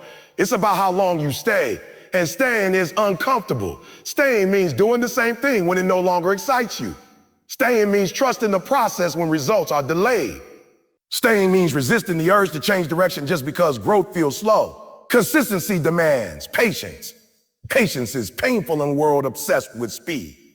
Everyone wants fast results, but fast results don't last. What lasts is built slowly, deliberately, repeatedly. Consistency compounds, and compounding is invisible at first. That's when most people quit right before it starts working. They look around and say, nothing's changing. But what they don't see is that consistency works underground before it shows above ground. Roots before fruits. You don't quit planting seeds just because you don't see the harvest yet. But that's exactly what people do with habits, discipline, and growth. Consistency also reveals character.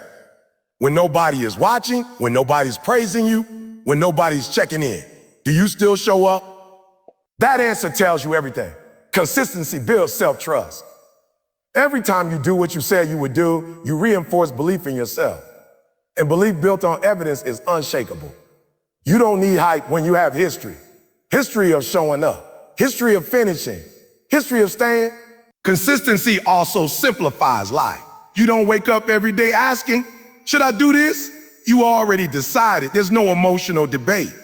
Decision fatigue disappears when consistency is locked in. And when your energy isn't wasted negotiating with yourself, it goes into execution. Consistency also protects you from extremes. You don't burn out because you're not sprinting emotionally. You pace yourself. You build sustainability. That's maturity. Inconsistency often looks like passion, but it's really impulsiveness.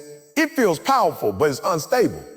It burns hot and dies fast. Consistency burns steady, and steady outlasts intense every time. Consistency also creates identity. Over time, you don't just do the thing, you become the person who does it. You don't try anymore. You don't hope. You don't start over. You are.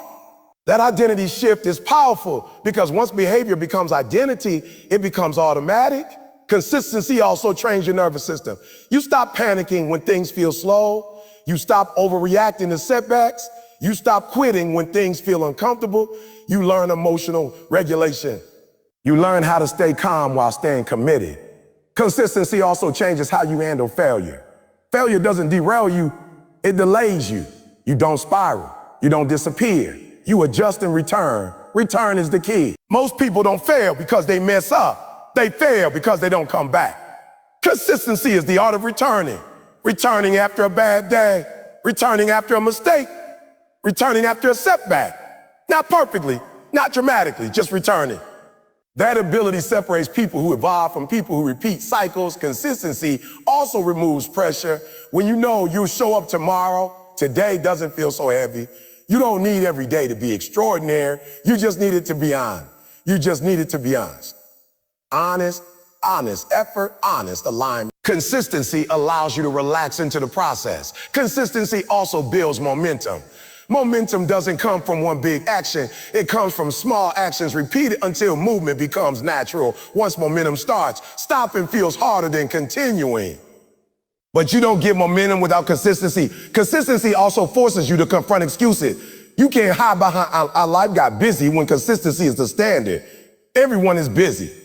Everyone is tired. Everyone is tired. Everyone has reason. Consistency doesn't eliminate reason. It just refuses to obey them. That refusal builds discipline. Discipline is not punishment. It's protection. It protects your future from your present impulses. Consistency is discipline lived out daily. Consistency also reshapes time. A year of inconsistency disappears quickly with little to show for it.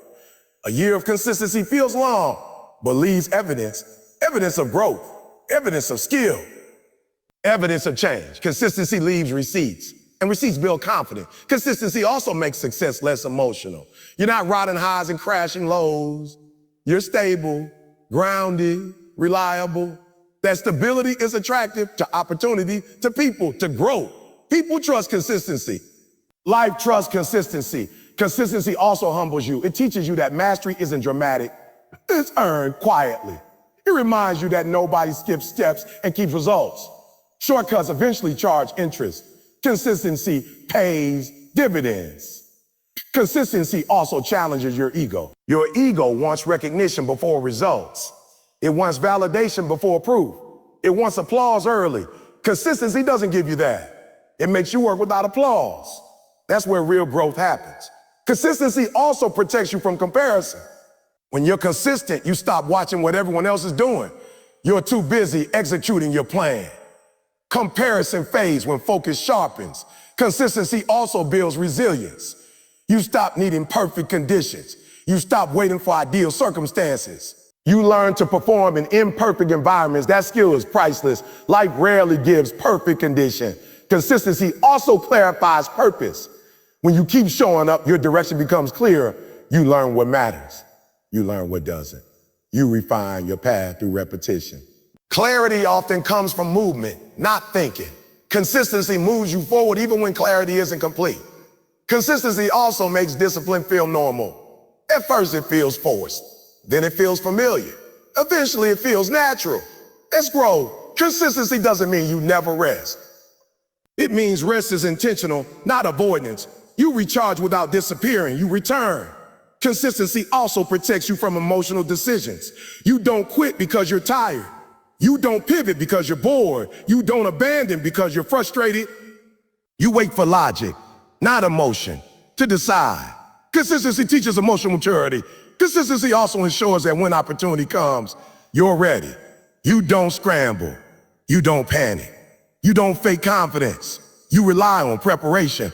Preparation is consistency over time. That's why opportunities seem to find certain people. They don't find them, they meet them prepared. Consistency prepares you.